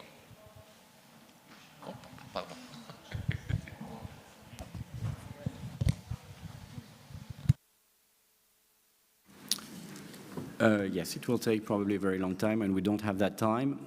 So I guess one of the messages I wanted to... Okay. So one of the things I think I wanted to convey, the idea that this Earth citizenship business is not about uniting into a harmonious whole. It's all about fighting. So it's about thinking differently of the ways we are divided and making of the planetary issues political questions, which means also antagonic questions. So yes, sure, there is no magical wand here, if this is what you meant. I've actually remarked that Gaia was the first temple here up the hill when I visited the temple. And I also want to make a clear distinction between sustainability and terrestriality. So the question here is not whether the current infrastructures are sustainable or not. The question is whether they fit your or mine or our vision for the future of the Earth. So there is an element of decentering here. So it's a matter of choosing, as much as it makes sense to use the word choose here, to choose a particular future of the Earth. And in fact, I have in mind the scenarios of the IPCC. So in fact, if you want to describe the Earth, you only have a pile of scenarios, right? So the question is, how do you make a difference within those scenarios? So it's not about sustainability. So, but of course, it is important to tell people, look, you know, the way you encroach on other territories will probably have a consequence on your own life in your lifetime. But it's not what I'm saying. I'm saying that political, Earth political agency means we are now and here choosing something, deciding something for the future of the Earth in billions or at least millions of years. Well, I don't know. The difference between sustainable and sustainable. Yeah, well, Dipesh Chakrabarty says, for instance, he distinguishes between sustainability and habitability. So we have to care for the habitability of the Earth and not only for the sustainability of this or that particular social. And I think it's a very good point, not only for moral reasons, but because, again, it gives a better sense of our own real agency, what we are actually doing. I can only add a footnote to this conversation. One about anthropocentric. That's a bad idea, very bad. That's how we destroy the world, the nature, this planet, whatever you want to call it, where we live here, and there's only one. So if we could just leave behind anthropocentric anything, and we could put the other at the center, and then make even a third step, put the relationship between Juliet and Romeo, rather than either Juliet or Romeo, we would be way ahead. Unfortunately, is a strong, still remarkable legacy from our modern times that we think that the best thing to do is to move forward and in a sort of anthropocentric perspective. Not a good idea. So, in fact, actually, what has happened to the development of applied ethics, if you look around, has increasingly moved towards first the heterocentric, the patient is at the center, and then a sort of relation-centric approach. We're getting there. So the good news is that we're getting there. The bad news, we're getting there slowly. The other thing that I think it might be useful in the interesting debate, which is way above my pay grade, is we could also stop thinking in terms of mechanism and start thinking a little bit more in terms of networks. It's very simple. A mechanism is something that is made of pieces. Each of them is independent. You put them together, you build something that is more than the parts. Think of your car, the engine, the wheels, they're all independent. You put them together as a mechanism, boom, you have the car. A network does not have the nodes before the links. It's inconceivable to build roundabouts and then roads. You first have the relationship, the roads, and then you have the roundabouts where the roads cross each other. So it is not bottom up, it's top down, it's relations first, it's not entities first, and we are getting there too. Our contemporary epistemology is moving towards a more network-oriented thinking. Not widespread yet, but all over the place. If you talk, especially among experts here, but our culture is getting into that philosophical thinking. Now, put these two things together, a bit of extra epistemology that is no longer modern. I do not wish to use the word postmodern, doesn't mean much to me. And put together an ethics that puts relations at the center, and all of a sudden you have ethics and epistemology coming together, telling us relations first. We fix those, we fix the relata. End of the footnote. Thank you, Luciano. I'm going to abuse my position by asking you one direct question to you, because it would be a crime with you here if we didn't address at least one question directly to you, and yes, and responding from specifically to your talk. What have I done? No. Well, yes, pressure is a privilege. You've earned it. My question is, in the end of your discussion, which was wonderful, incredibly clear. Your position, if I understood it, was, we can use these tools in this direction or that direction. We have the choice. The question that raises for me is whether, as you see it, there is any inherent tendency within that technical form to go in one direction or another, or whether it is a fully neutral tool in that way. This is a great question. It's a great question because there's a big misunderstanding about it. So we didn't get together before. This is totally spontaneous, totally jazz. So you get some people telling you, step number one, technology is neutral. And you must have heard about the knife, because who doesn't mention the knife? Who can cut the bread and kill someone? Okay, so obviously, neutral. Depends on how you use it. Then someone starts saying, look, neutral, not that much. By the way, in some contexts, of course, we use the dual use of some technologies, like AI, for example, which is already catalogued as dual use, or nuclear power, typical dual use. And if you are the United States and you want to make sure that your power is controlled, etc., you start making sure that the dual use of anything computationally based stays in the country, doesn't go to China, etc., etc. Anyway, so we're back to the knife. That's step number two. That's a mistake. Compare the following two knives. A bayonet has the length to reach a human heart, and it cuts both ways. It's made to kill. Now, someone must have seen one of those little knives they give you on an airplane. No, there is no. They're blunt. Try to kill someone with that thing. It would be horrible. I mean, it's like so, not doable. So, not really. Some things have an inherited tendency. Step number 3. Some things have a tension, meaning that if they don't move, it's not because they have, no one is touching them, like imagine this pen here, but because both of us are pulling it and it's going nowhere. If there is a tension inside, that tension can be triggered quite easily. Imagine two people pulling a rope. Can go either way. It's either on the floor, not going anywhere, neutral, or it doesn't move, but because the tension is immense. That's AI, nuclear power, some energy, some technologies are like that. They look like neutral, but they're actually under an enormous tension to go one way or the other. Hence, the triggering of politics. Politics, capital P, can trigger the sending of a technology in the right direction.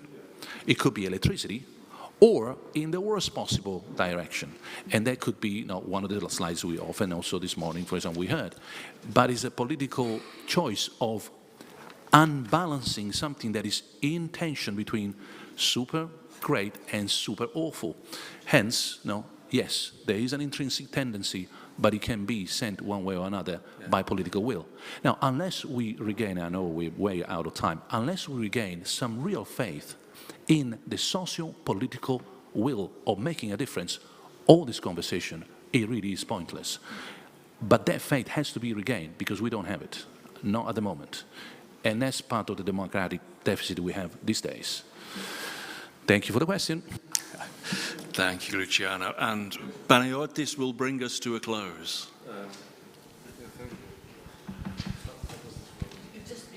Okay. It's much less complicated. I thought it was. Okay, so another question for Luciano. I loved your presentation, as I loved Patrice's presentation as well.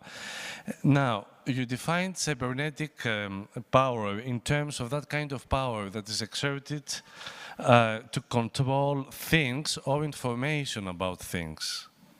What about power that is exerted to control subjects?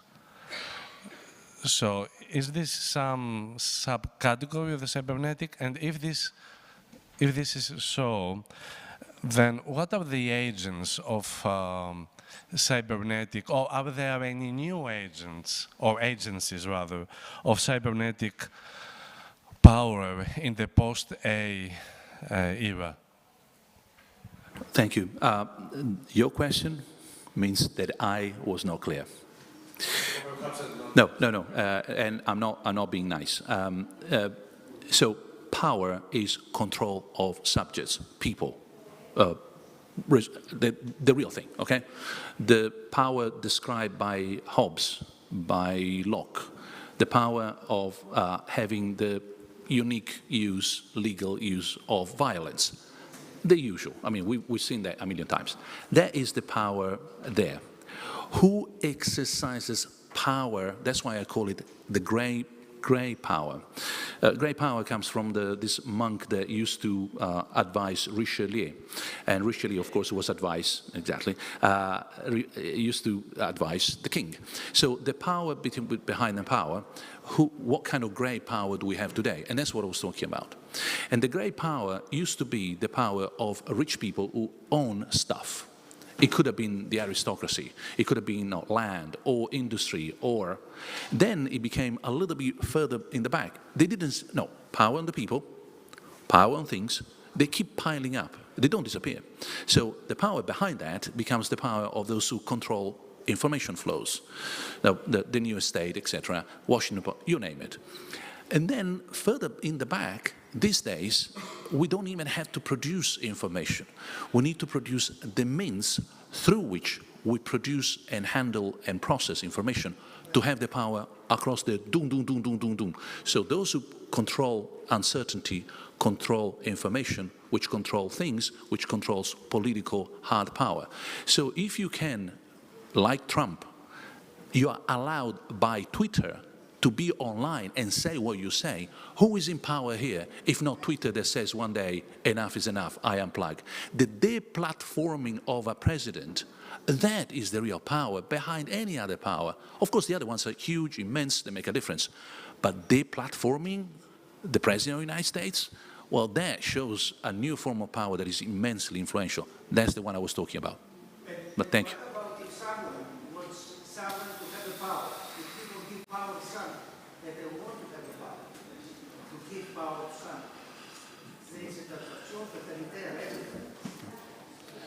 It means that somewhere we made a mistake. As I said, somewhere we made a mistake. We got there the wrong way. Okay, I have to draw us to a close. Before we all go, I want especially to thank our translators and all of the tech people who have made this possible for us. Thank you very much indeed. I want to thank you.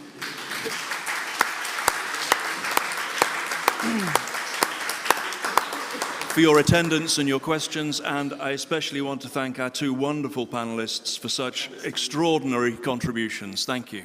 And the moderator.